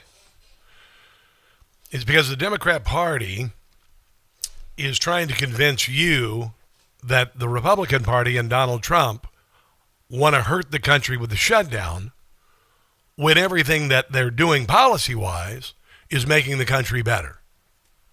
So why would Donald Trump, after bringing $20 trillion in new investment into the country, after closing the border, after bringing inflation to a standstill, after creating all of these world peace deals around the world, a litany of success that has been untold, why would he want to hurt America by shutting down the country? People actually understand. It doesn't make any sense, and it's a friggin' lie. Now, the Democrat Party, the party that caused every metric of quality of life to descend into the crapper the last 4 years, the party that opened the southern border, now that the party we're discovering that, put a man in office who had pudding for brains and every one of his executive orders, it looks like, may be null and void, they understand it. This is why the Democrat Party is in a death spiral to hell. This is why they're in a death spiral to hell. Now, you've got some outliers. You've got this campaign of Zohran Mamdani in New York. He's been able to conveniently fool people. And he's got a lot of useful dupes who don't understand what he's really all about. And if you've listened to the show so far today, I would encourage you to download the podcast today, especially the part about Zohran Mamdani's non-organic rise to power and what it's really all about. It's not about socialism. It's about using socialists for their votes to forward radical Islam. That's what I believe. That's what I believe.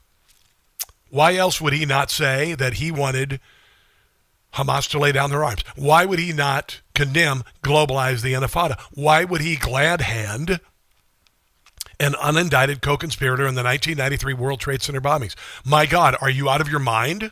Are you out of your friggin' mind? Duh. I would encourage you to download the podcast today. I really, really would. Just go to your usual podcast platforms and download right away if you would. Because, and subscribe, by the way. Subscribe and share if you would with others. Subscribe and share with others. I want to break and do something kind of funny. Gavin Newsom is running for president. Oh, really? Yeah.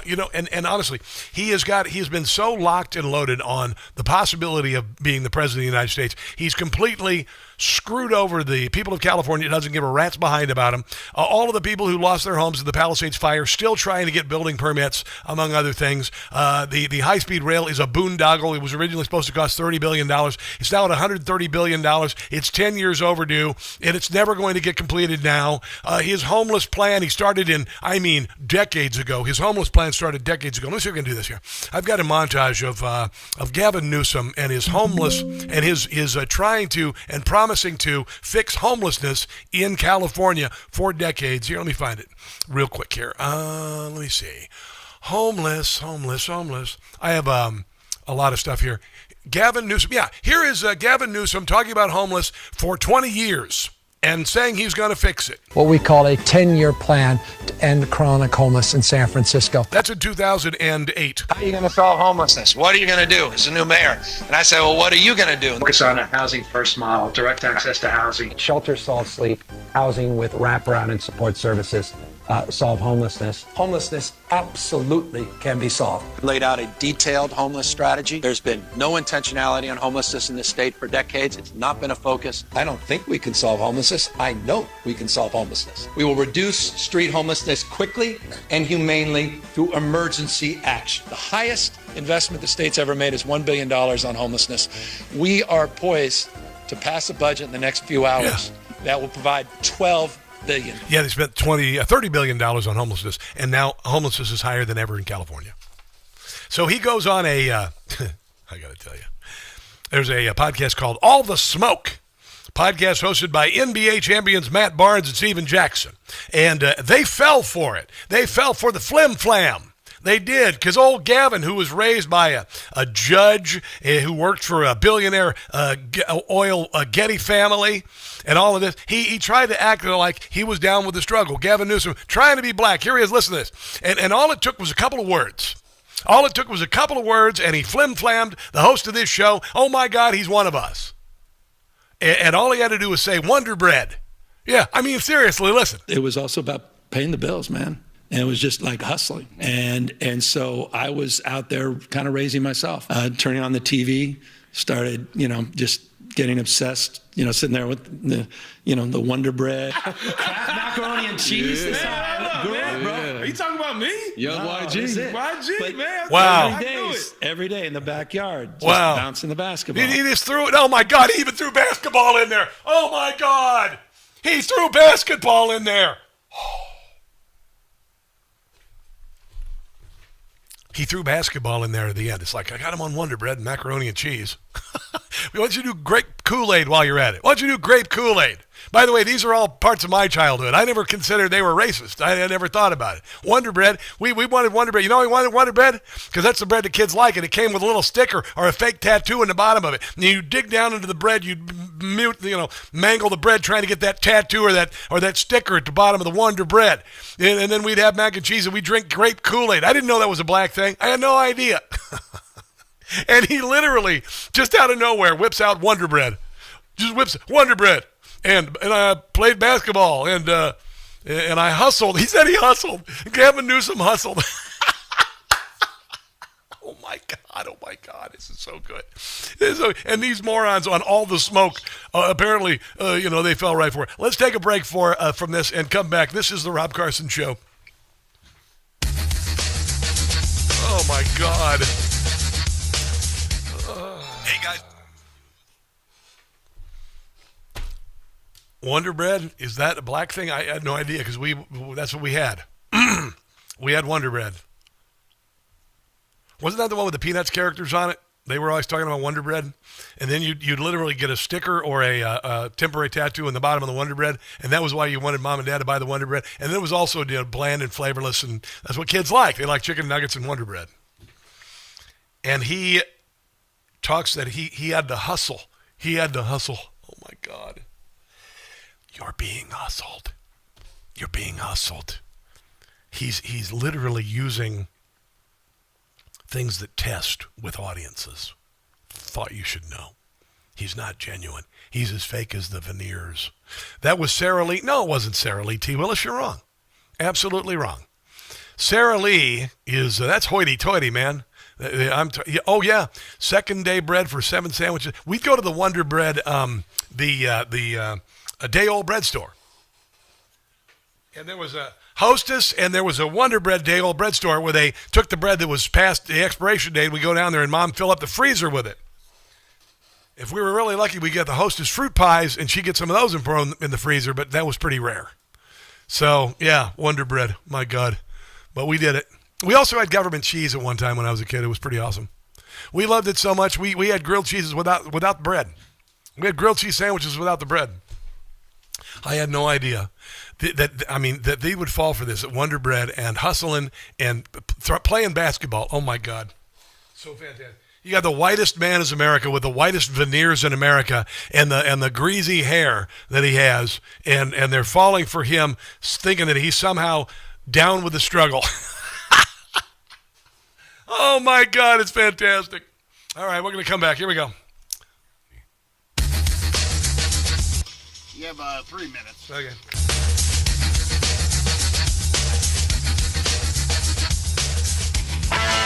It was also about paying the bills, man. And it was just like hustling. And so I was out there kind of raising myself, turning on the TV, started, just getting obsessed, sitting there with the Wonder Bread. He just brought up Wonder Bread out there. Just out of nowhere, it's like just sitting there in front of the TV with the Wonder Bread. Macaroni and cheese. Grew up, bro. Are you talking Watching Cosby. about me? Yo, YG. YG. The Jeffersons. Every day in the backyard, just bouncing the basketball. Just bouncing the basketball. You think he plays basketball? Do you think he every day I would be in the backyard after I ate my Wonder Bread sandwich, and I would bounce the basketball. God, are there people falling for this crap? He's being mocked for his well-connected family, and he had to hustle to pay the bills. You know how I hustled to pay the bills? I sold stuff door to door, and then we'd get sweet corn. My dad would grow sweet corn or watermelons, and I'd get a wheelbarrow, and I'd roll down to the highway and put a cardboard sign up and try to sell it. That was hustling. This moron. Oh my! I would eat the Wonder Bread in front of the television where I was watching the Jeffersons, and then I would bounce the basketball. That sounds kind of familiar, doesn't it? What's something that you always carry with you? Hot sauce. Really? Yeah. Really? Are you getting information right now? Can I ask you? Is hot sauce is that an African American thing? Because I have about 40 bottles of hot sauce in my refrigerator. I've got Frank's Original. I've got Tabasco, Chipotle, green Tabasco. I've got Cholulas. Is that a? Because maybe I should identify as an opposite race. Hot sauce in my bag, Swag? Hot sauce. Really? Yes. Now, listen, yes, I have the hot sauce for when I eat the Wonder Bread and bounce the basketball. I want you to know people are going to see this and say, okay. And watch the Jeffersons. Pandering to black people. Okay. Wow. Is it working? Let us say with one voice the words of James Cleveland's great freedom hymn. I don't feel no ways tired.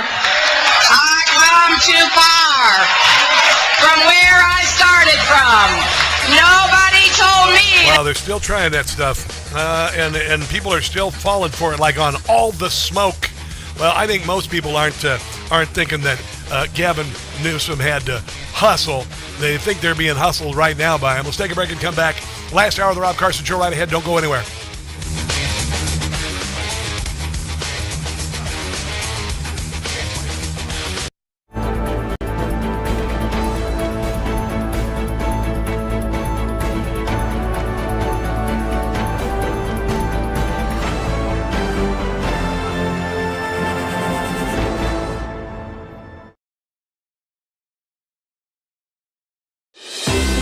Hi, it's Tony Marino, host of the super popular Newsmax Daily Podcast, a rundown of the day's top headlines and top highlights of Newsmax shows and interviews you may have missed, plus some sports, stock markets, and even some yucks, all packed into about 20 minutes. Search for the Newsmax Daily with me, Tony Marino, on your favorite podcast platform, and check out our entire lineup of great podcasts, including Greg Kelly, Rob Carson, and Jerry Callahan at newsmax.com/listen.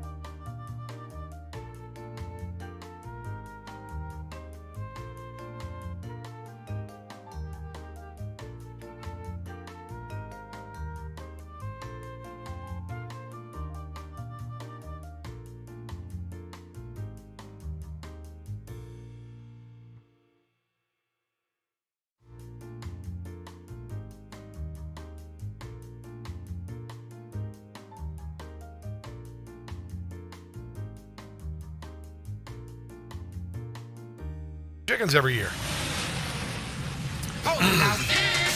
You know, you can bake chicken. Oh, we just wrote. Kidding me? Baked chicken. What the hell? Thought-provoking and funny show in America. On air and on the World Wide Web. This is the Rob Carson Show. This is the Rob Carson Show. Last hour of the show today. Man, a lot of big news happening. And I would encourage you to listen to the podcast today. I dissected this wonderful article by Azra Namani about the inorganic rise of Zohran Mamdani. Started in 2017, Palestinian American activist Linda Sarsour, once the darling of the Women's March. Remember that when Donald Trump was inaugurated, and the Women's March with their pink meow meow hats and all that nonsense. And we've been going through a bunch of nonsense, temper tantrum since then from the left. And honestly, I'm done with it. I'm just tired of it. It's time for the children to get a spanking. But yeah, she and Soros engineered Zohran Mamdani's path to power, and it's based on radical Islam. And it even comes to Virginia. Yeah. Even comes to Virginia because some of that Soros money is helping to finance John Reed's opponent for lieutenant governor. She's a radical. She's a radical, and Virginia has three candidates that are very left of center running for governor, lieutenant governor, and the AG. These groups sponsored by Linda Sarsour, Empower and Enrage, along with the Democrat Socialists of America and the Democrat Party, propel candidates, and they're pushing Mamdani and Democrat candidate, Lieutenant Governor candidate Ghazala Hashmi as its star candidates. And she is as left as it gets. And you know who else those groups are pushing? The very radical mayor of Dearborn, Michigan, a hotbed of radical Islam, Mayor Abdullah Hamid. Good piece. It's called Inside the Mamdani Machine, Soros, Cash, Socialists, and Radical Imams Engineered Zohran Mamdani's Path to Power. It's all AstroTurf. It's all nonsense. This is what the left is. Communists don't win elections. They steal elections, and then they overthrow and take power. That's what they do. They never win elections by popular demand, unless, of course, they're absolutely a snow job, which is what Mamdani's doing. He's trying to convince socialists, oh, yeah, but I give you free stuff. Oh, yeah. You don't even worry about my radical Islamic, because you're not Islam. You're not a Jew. Don't worry about it. It's no big deal. It is frightening what the left will fall for. It really, really is frightening that what the left will fall for. The other big story of the day, and this on Newsmax. Newsmax, by the way, go to Newsmax.com. Newsmax has a hell of a news department, I'll just say that. House Oversight Committee, Biden's executive actions with the auto pen, illegitimate. 91-page report released today. Committee said its investigation found no record that Biden authorized several executive actions, including presidential pardons and commutations. I haven't had a chance to digest this entire article because, you see, I'm doing a radio show and a live stream right now. So it's kind of hard to do a lot of show prep while you're doing the show. It's a developing story, though. It's a developing story. Let's see what I got here. Oh, no, I don't want to do that. No, I don't want to do that. We talked about Gavin Newsom trying to be black. Of all the people trying to be black, my God in heaven. So funny. He's on this show. What the hell is it called? On this show, and I can't believe people fall for people like Gavin Newsom. Here he is. He's comes from a privileged family. His daddy is a judge.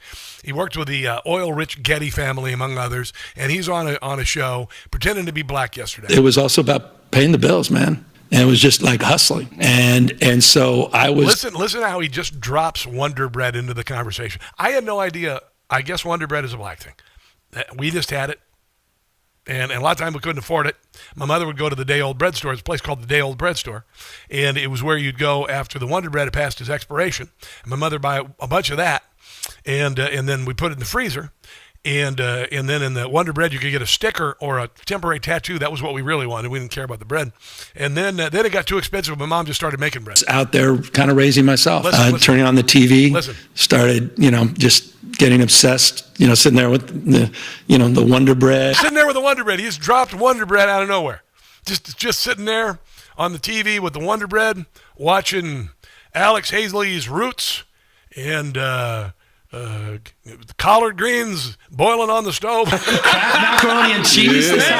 You talking about me? Yo, YG. YG, But man. every day in the backyard, just bouncing the basketball. Then I would go out in the back into the hood where I lived, and I would bounce the basketball and shoot it into the hoop for points and slam dunk the basketball. Why do Democrats do this? Was it on my behalf? I don't understand it. Grace or recklessness to not raise the point with him about That's not whether what I was looking for. I was actually looking for Kamala Harris shifting accents, which is what Democrats do too. I love you back. I love you back. Hello to all my divine nine brothers and sisters. Oh my God. And my soror. You better thank a union member for the 5-day work week. You better thank a union member for sick leave. You better thank a union member for paid leave. You better thank a union member for vacation time. Let's just get through the next 64 days. How about that? Oh, God, she didn't become president. Thank God. Thank God. Listen to this. Democrats spiral in Virginia as Obama is slammed for campaigning against a black woman. I don't like talking about race, by the way. I don't at all. I grew up, I'm a Gen Xer. We saw, we were raised on Sesame Street and Zoom and Electric Company. I thought Easy Reader was the coolest damn thing in the world. I thought Morgan Freeman's Easy Reader was the coolest thing in the world. I thought Verb was my first superhero. Verb, that's what's happening. I can order it. Go get it. And I watched the Globetrotters. Oh yeah, on Saturday mornings. I didn't think that they were black shows. I just thought them as shows. And then the Democrat Party ushered in this division, even though my generation was like, what? And now, it's just ridiculous. It's just so damned ridiculous. But the Democrats spiral in Virginia as Obama is slammed for campaigning against a black woman. Virginia Democrat gubernatorial candidate Abigail Spanberger was considered a runaway favorite for the state's top office, but recent scandals and a lack of clear identity for her party are keeping alive the chances of her Republican rival. In the latest sign of peril, Barack Obama seen parachuted in and will speak alongside. I think he actually rode in side saddle on a bike. You ever see him ride a bike? He rides a bike like just wow. Yeah. Anyway, parachuted in and will speak alongside Spanberger this Saturday as polls show Republican candidate Winsome Sears gaining ground. The former president's decision to enter the fray has been criticized as hypocritical after he bluntly rebuked black men for not supporting Kamala Harris during the most recent general election campaign. He said, I watched Obama sit there. No, that's not him. I'm not doing it. I watched Obama sit there and chastise black men saying, y'all don't want to support this woman, but at the same time, turn around, go to Virginia and campaign against a real natural black woman, one local told TikTok. Spanberger's campaign hit the skids early this month and left a mark, skid mark, this month after the party's nominee for Attorney General Jay Jones was plunged into a scandal over text that he wished the death on a Republican Speaker of the House of Representatives and his kids. Meanwhile, Earl Spears is gaining ground by campaigning for women's safety because, Abigail Spanberger, she likes men to shower with little girls. The transgender issue has been a lightning rod in the state after a convicted sex offender identifying a woman exposed himself in a Northern Virginia locker room. Here is, let me see. Oh, Winsome Sears. Here is Winsome Sears talking with Rob Finnerty on Newsmax about the desperation of the Spanberger campaign. Barack Obama is going to be on the campaign trail with your opponent next weekend, 3 days before the election. Does the Obama magic still matter in a place like Virginia? You know what the Democrats are doing? They have called us back into session because they have the ability to do that. And when are they calling us back into session, Rob? On the very day that President Obama is supposed to show up and all the days that he's here. It's me thereafter. And you have to ask yourself again, why? It's because they see what the polls are showing. Yeah. This is desperation tactics to support Abigail Spanberger. You got to watch how the ads have changed. And, because I live here in the area, I can see it. Ghazala Hashmi had no ads on at all. now we show that John Reed, the lieutenant governor campaigning against her, is neck and neck or ahead of her. And all of a sudden they got a new ad campaign saying that John Reed wants to get rid of public schools altogether. Just out of nowhere. And there, I mean, it is desperation. It is absolute desperation. And I got to tell you, I am I'm not convinced at all that the Democrats are going to get the midterms. And I am very seriously doubting. I think you're going to see 1, 2, 3 in Virginia, hopefully 1, 2, 3, governor, lieutenant governor, and AG. I think Chitterelli's going to win in New Jersey. He's going away, and people are excited about it because you know why? People are tired of living under the bullcrap of the Democrat Party. And it's not turning around because the Democrat Party hasn't learned anything from the midterms. And the Democrat Party hasn't learned from what they did to us the last 4 years. And now they're trying to keep the government shut down so they can, they wanted to get to the point where military wasn't going to get their pay. And now we're coming up on a deadline this Friday of food stamps getting cut off. So they're looking at that as a finish line to cross. That's the next miserable moment they can use against Donald Trump. And it's not working. And that's going to trickle down. I mean, in Northern Virginia, everybody's thinking it's because, Donald Trump fired federal employees. That's going to propel Democrats into office. Well, guess what? No, because there are so many other things that the Democrat Party has done wrong and to us that don't guarantee they're going to stay in power. And then also just the insanity of the Democrat Party with boys being allowed to compete in girls' sports, etc.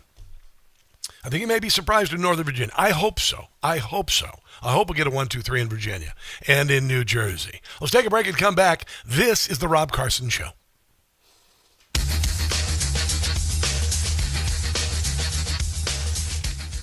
Listen, were you forced into getting...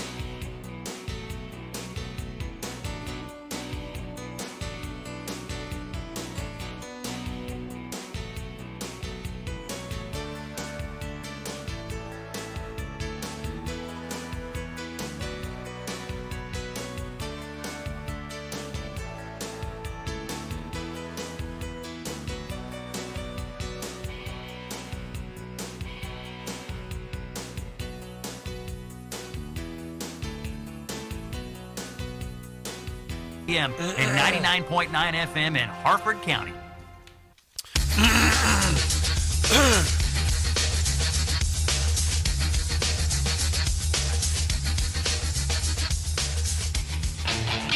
Here's the Rob Carson Show. By the way, looking at some of the races that are happening not only next Tuesday, but midterms, Republican Steve Hilton leads the latest poll in California's governor race. The poll by Emerson College confirms the Golden State is as left-wing as ever, fully support 57% support Governor Gavin Newsom's proposal to gerrymander. Hilton, a conservative commentator, is leading the poll ahead of every major Democrat Party candidate, including the super Karen, Representative Katie Porter, who is the most unlikable person you could possibly imagine.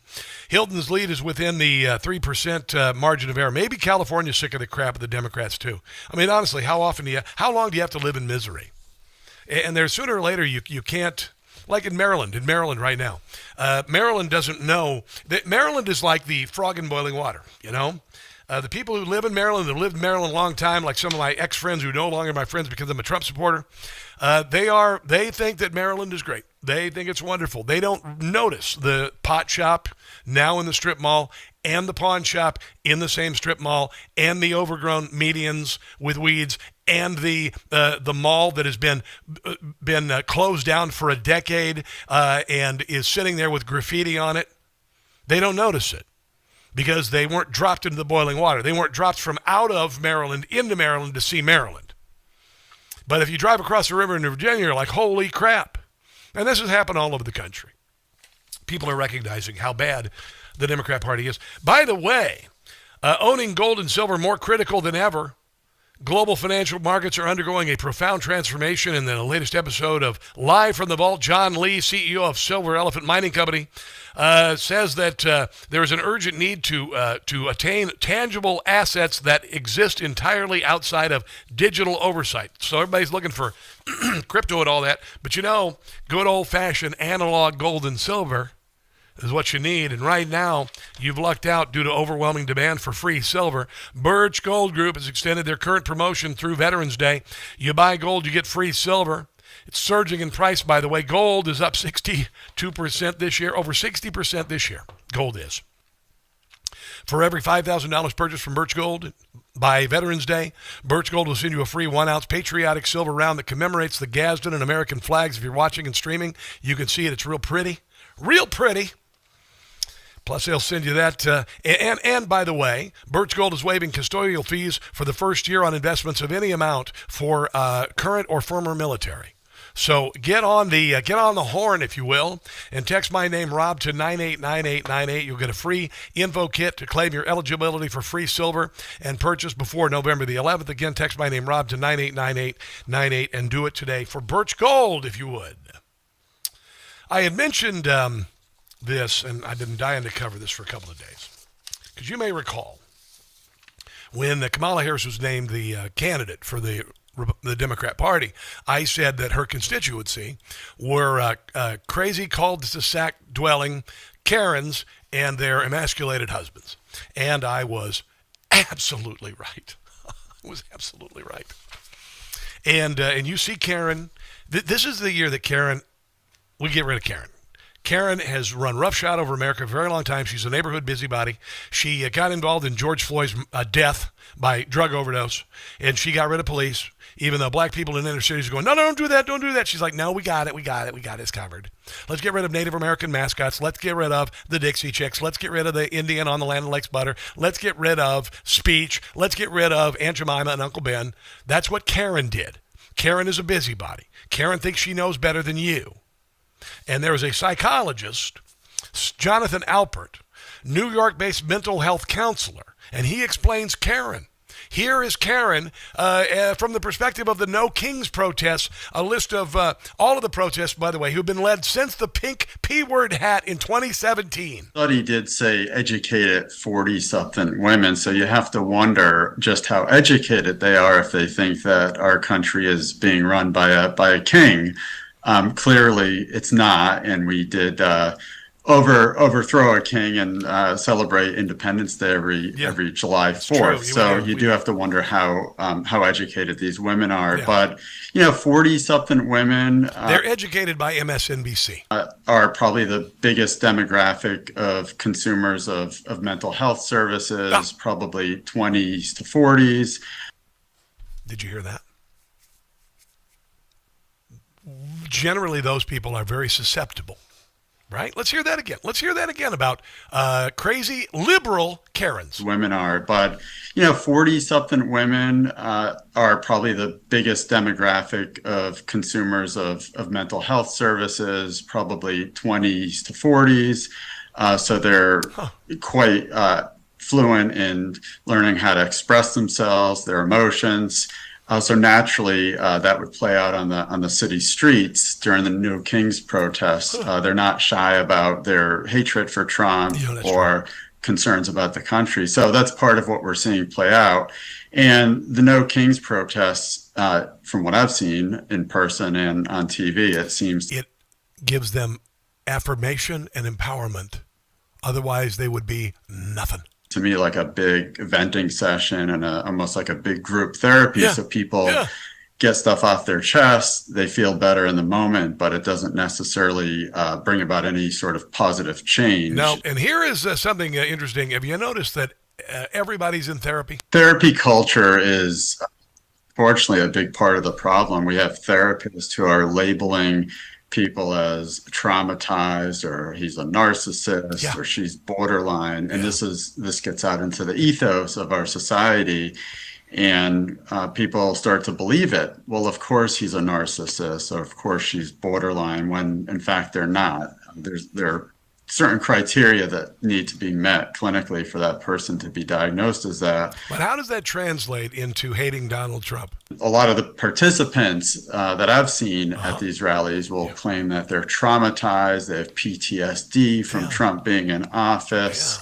They're not traumatized, they don't have PTSD. Those are actual clinical mental health terms, and probably not feeling real PTSD as a result of the president. No. A lot of times people are unhappy in their own lives. They may have their own issues that they're dealing with, whether it's anxiety or anger, and they like to cast that onto others or project it onto others. And I think that's partially what we see playing out at these No Kings rallies. Yeah.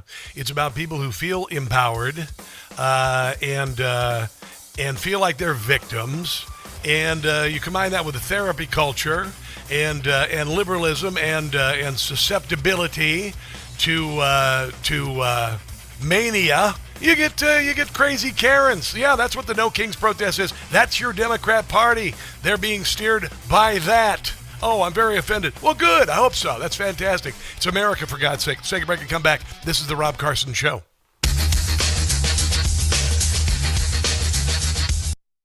Hey guys, it's Carson, not proud member of the 4 a.m. club. You know what that is? Well, that's the time that I usually wake up every night and can't get back to sleep.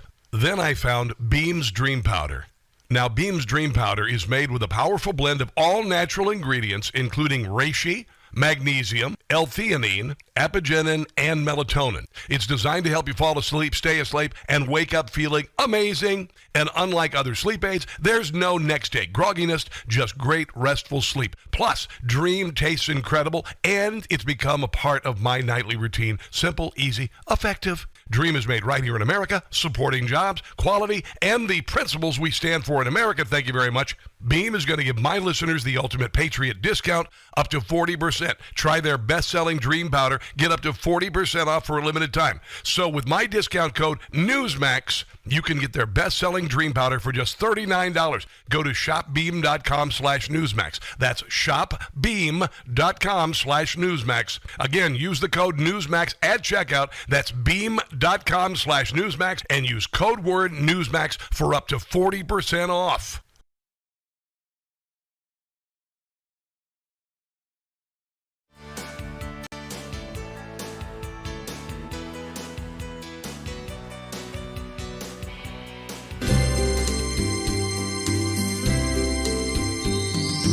Rent-free, in libs' heads I'm living. The fits I am giving sunny and joy. Rent-free, I'm occupying. Rosie is lying if she says I'm not in her head. Break free, they simply can't do it. When you get down to it, they have TDS real bad. Hatred, just watch it as it spreads. Because inside their heads I live.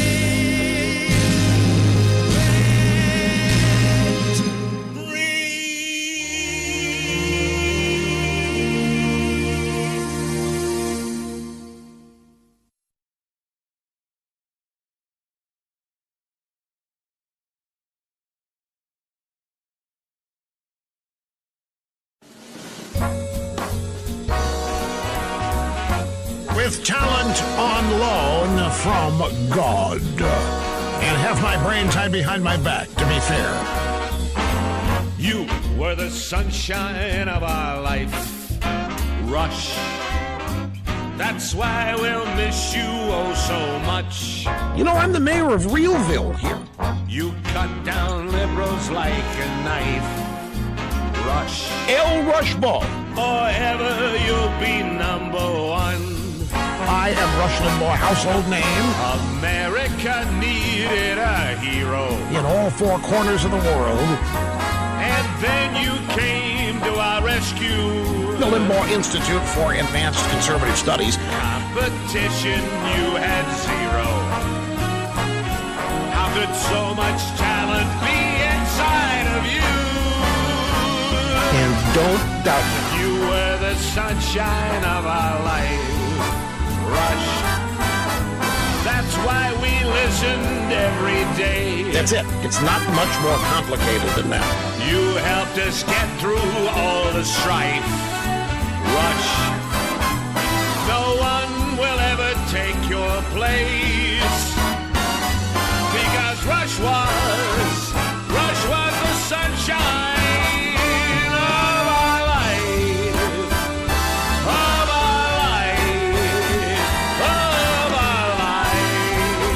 Surpassing all audience expectations every day behind this, the Golden EIB microphone.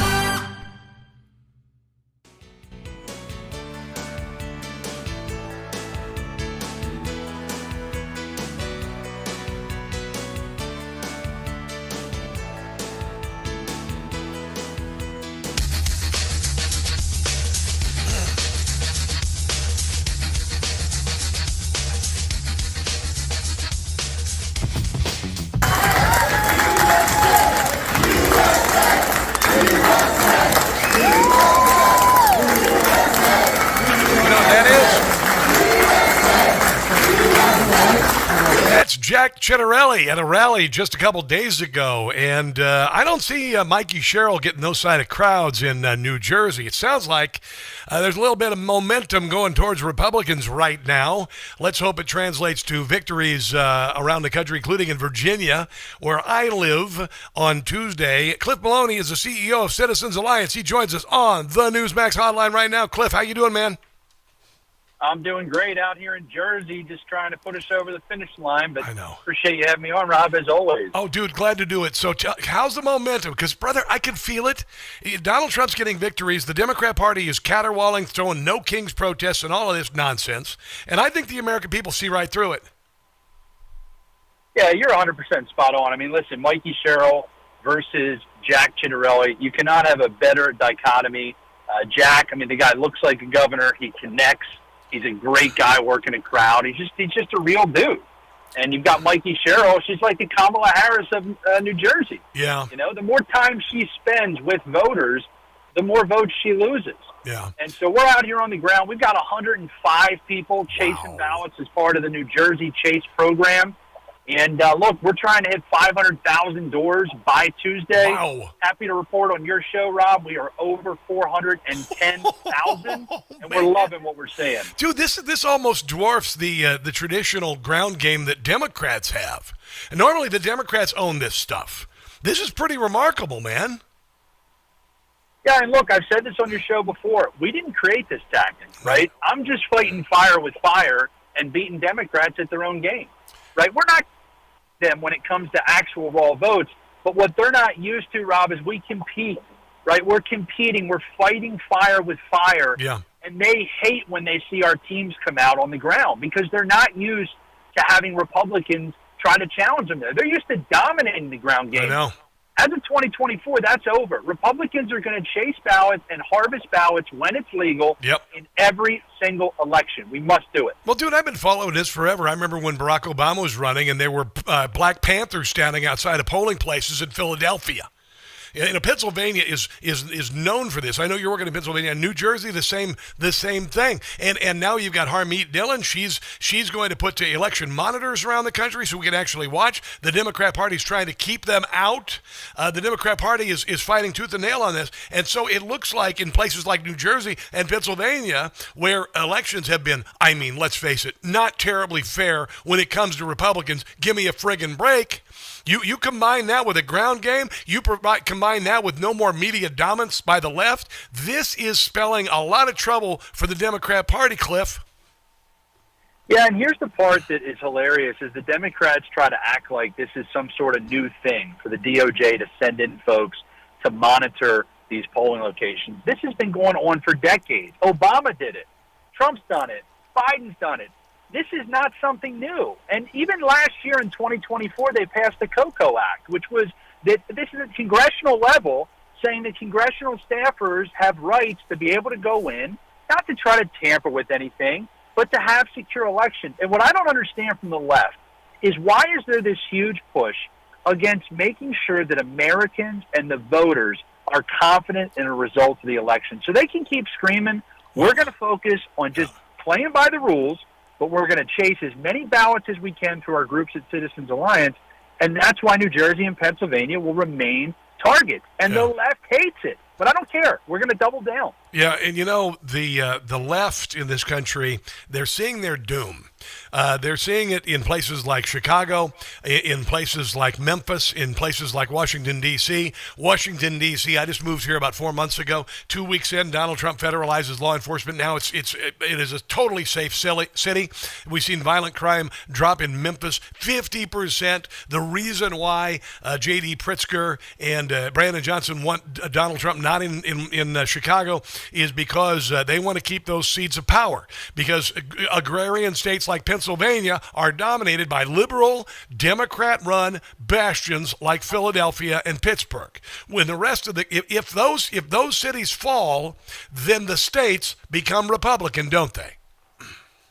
Yeah, and listen, I was on Newsmax with Chris Salceda, and I said the same thing. I said, listen, we have to fight.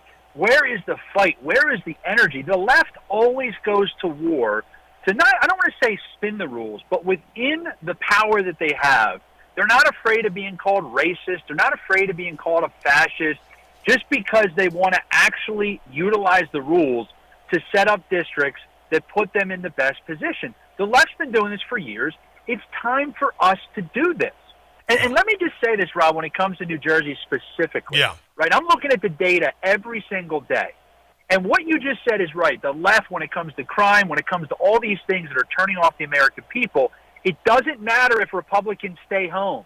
Right now in New Jersey, 183,000 Republicans requested a mail-in ballot, and only 100,000 sent them back. What does that mean?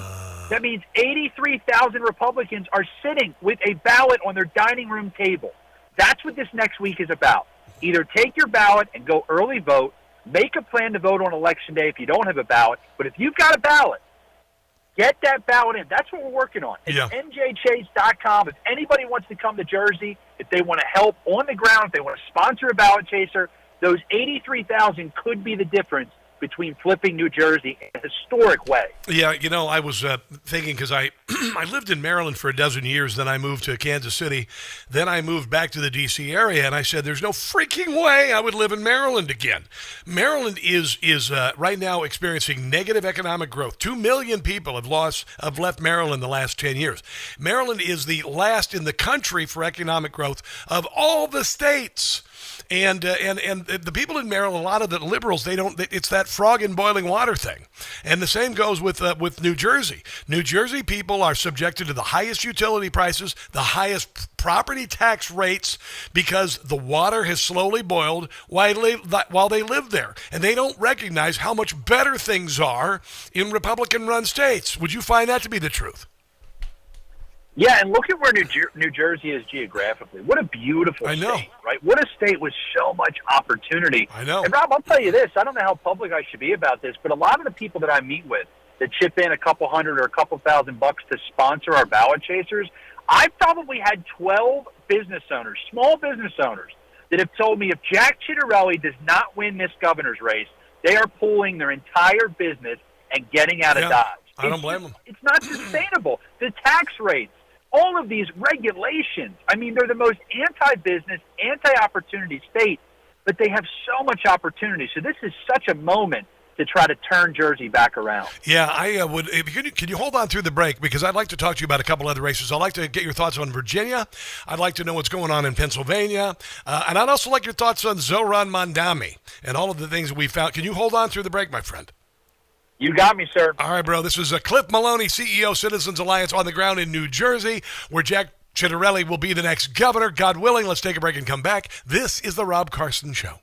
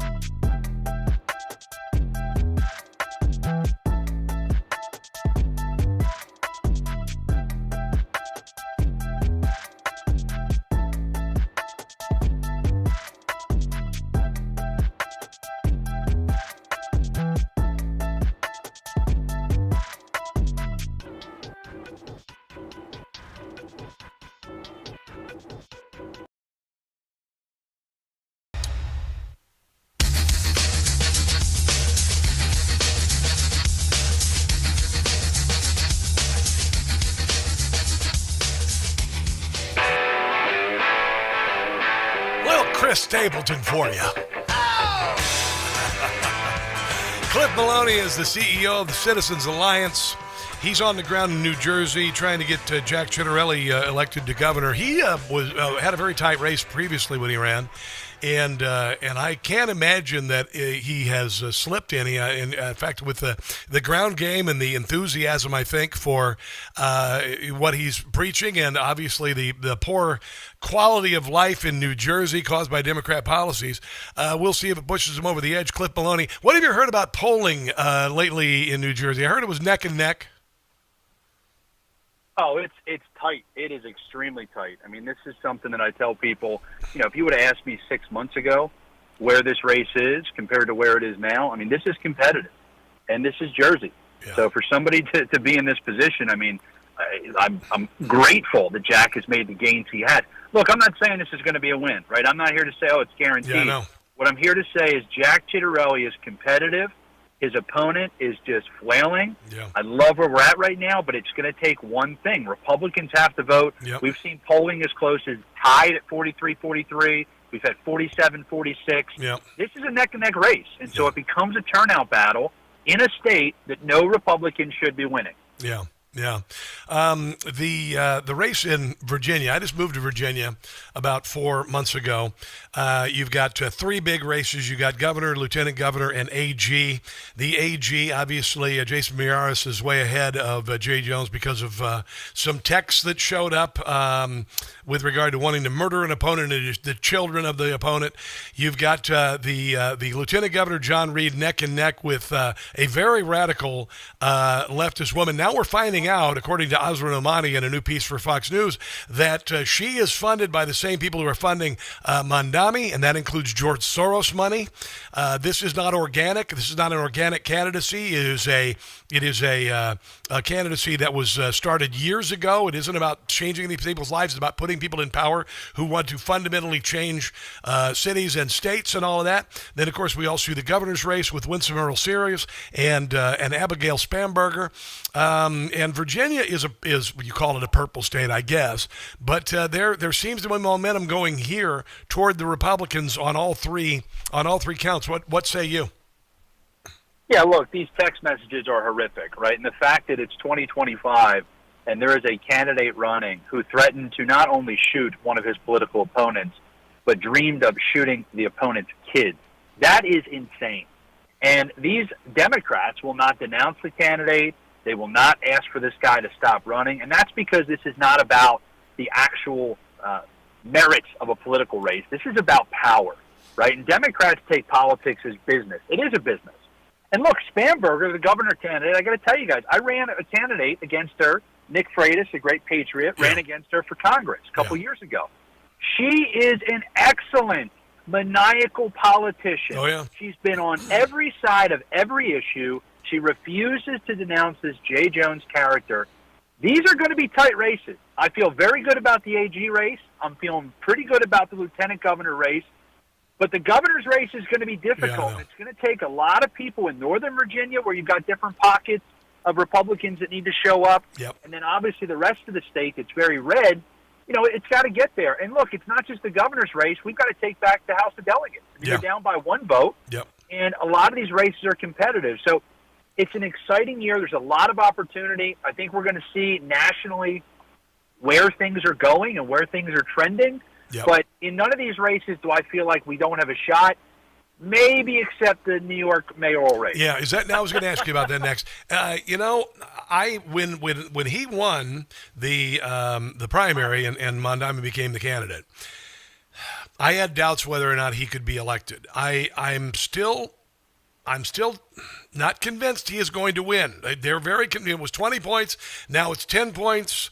But I'm not giving up hope. I'm really not. I'm hoping that as we discover more things about his radicalism, that people will snap out of it. So I'm not giving up on that race yet. I'm not. What about you? Yeah, I think that we all should hope that people will stand against a self-avowed socialist. The problem is political or electoral reality. Yeah. A little while ago, I talked to some people that asked me, hey, will we do a door program in New York City? We cannot have a socialist running America's financial capital, right? And I said to them the same thing I'm going to say to your audience here, Rob. The political reality is that you would need to get Adams, Cuomo, and Sliwa together in a room, and they'd have to come out and they'd have to back one person. And we just never got there, right? You've got Cuomo, you've got Sliwa, Adams got out. But the numbers are tough, and here's the problem. You know, people wonder how AOC gets elected. People wonder how some of these other crazy politicians get elected. And the reality is, in these Democrat strongholds, the voters are not walking in and looking at a name on the ballot. They're walking in, they're looking at the party, and they're voting that way. Political animals like you and me and your entire audience here, I'm not talking about people like that are paying attention, that are looped in to what's going on. But unfortunately, a lot of voters, there's some on the right too, we're busy. They're trying to put food on the table, take their kids to basketball practice. But that's how you end up with a socialist, because the numbers, the path for him to not win, I'm with you. I hope something happens and enough people say, listen, this is too much. But the odds are we have a socialist as the next New York City mayor. By the way, I was on a call the other day, and Scott Pressler is working in Virginia. That's a good sign. Pressler is a brilliant, one of the hardest working people I've ever seen with the ground game. He's done a lot of stuff in Pennsylvania. Hopefully, maybe Doug Mastriani will run again for governor and win. We'll see. We'll see. I got to know Doug, but you know, I'm hoping that America's beginning to wake up to the Democrat Party and the damage that they've caused, and they offer no solutions. And I just want to say I wish you the very best. How could people help out in New Jersey, Cliff Maloney, among other places? Yeah, listen, I appreciate the time as always. Look, Scott Presser, one of our top partners. As we say, Scott registers the voters so I can go door to door and chase down their ballots. Look, if folks want to step up, now is the time. We got to get this thing fully funded, add some bodies on the ground. NJChase.com. That's NJChase.com. And you can follow all of our updates on X, following my account at Maloney. That's at Maloney, and NJChase.com. Love being able to come on and give an update. Hey, we're going to hit 500,000 doors. I appreciate you, Rob. Thanks for all your work, brother. I don't do nothing. You do it all. I appreciate you. Let's take a break and come back. This is the Rob Carson Show.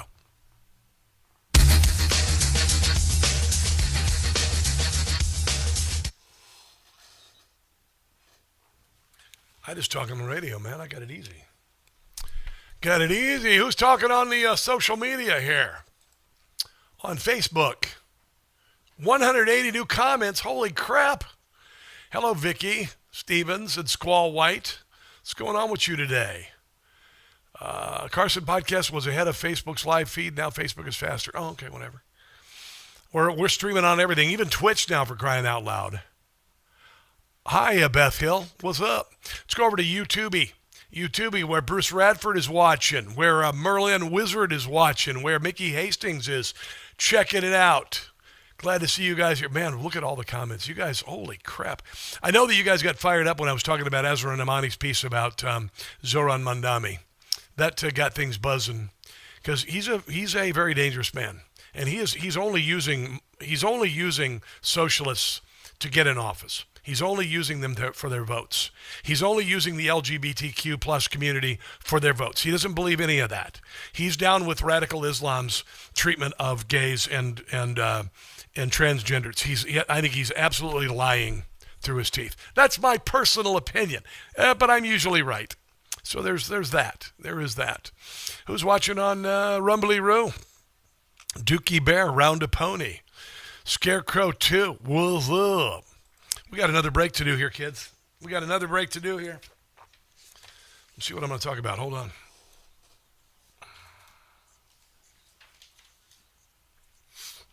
What do I got here? Hold on. Sorry, I got to... Faraday. Scott Jennings. Venezuela.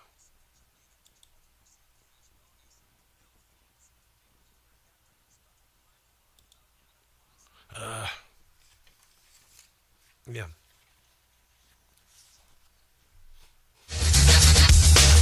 I got about 320 here. 320.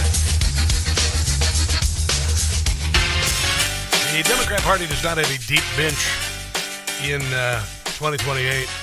You know who's leading the Democrat pack? Pete Buttigieg. Pete Buttigieg, the transportation secretary who was afraid of transportation. He was transphobic. He didn't get anything done. Yeah, he's leading as a presidential front runner because, he's Pete Buttigieg. Anyway, he's topping California Governor Gavin Newsom. I mean, look at the loser patrol here, people who know nothing and have done nothing.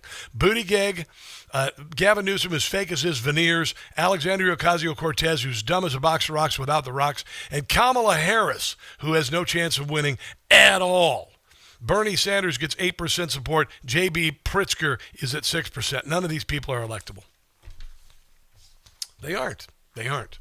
Because the bud is off the rose, and they don't own the media anymore, and they can't cheat on the elections anymore, and they're not going to have the mail-in votes that they want. Here's Harmeet Dillon talking about what she's doing to ensure election integrity. A reminder of what we're doing in election integrity in this DOJ. It's really historical. We have sued 8 states in the Civil Rights Division to enforce our federal voting rights laws, including the Help America Vote Act, NVRA, and others. We've filed a landmark amicus brief in the Supreme Court regarding of the Voting Rights Act. I'm really proud to have co-authored that and have my name on all these other cases as well. We are sending election monitors into states that are requesting it for the upcoming. And why are Democrats, afraid of that? Because they know they cheat. Duh. Come on. Give me a frickin' break. Unbelievable.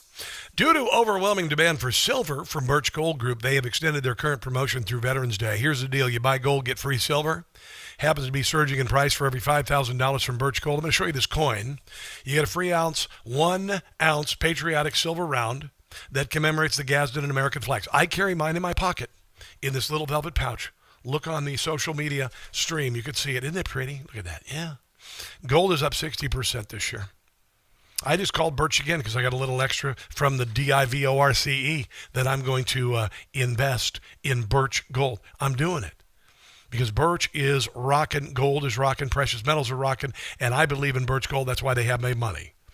All right, so they'll send you a free silver honoring the veterans, and if you're a current or former military, Birch Gold is waiving custodial fees for the first year of any investment of any amount.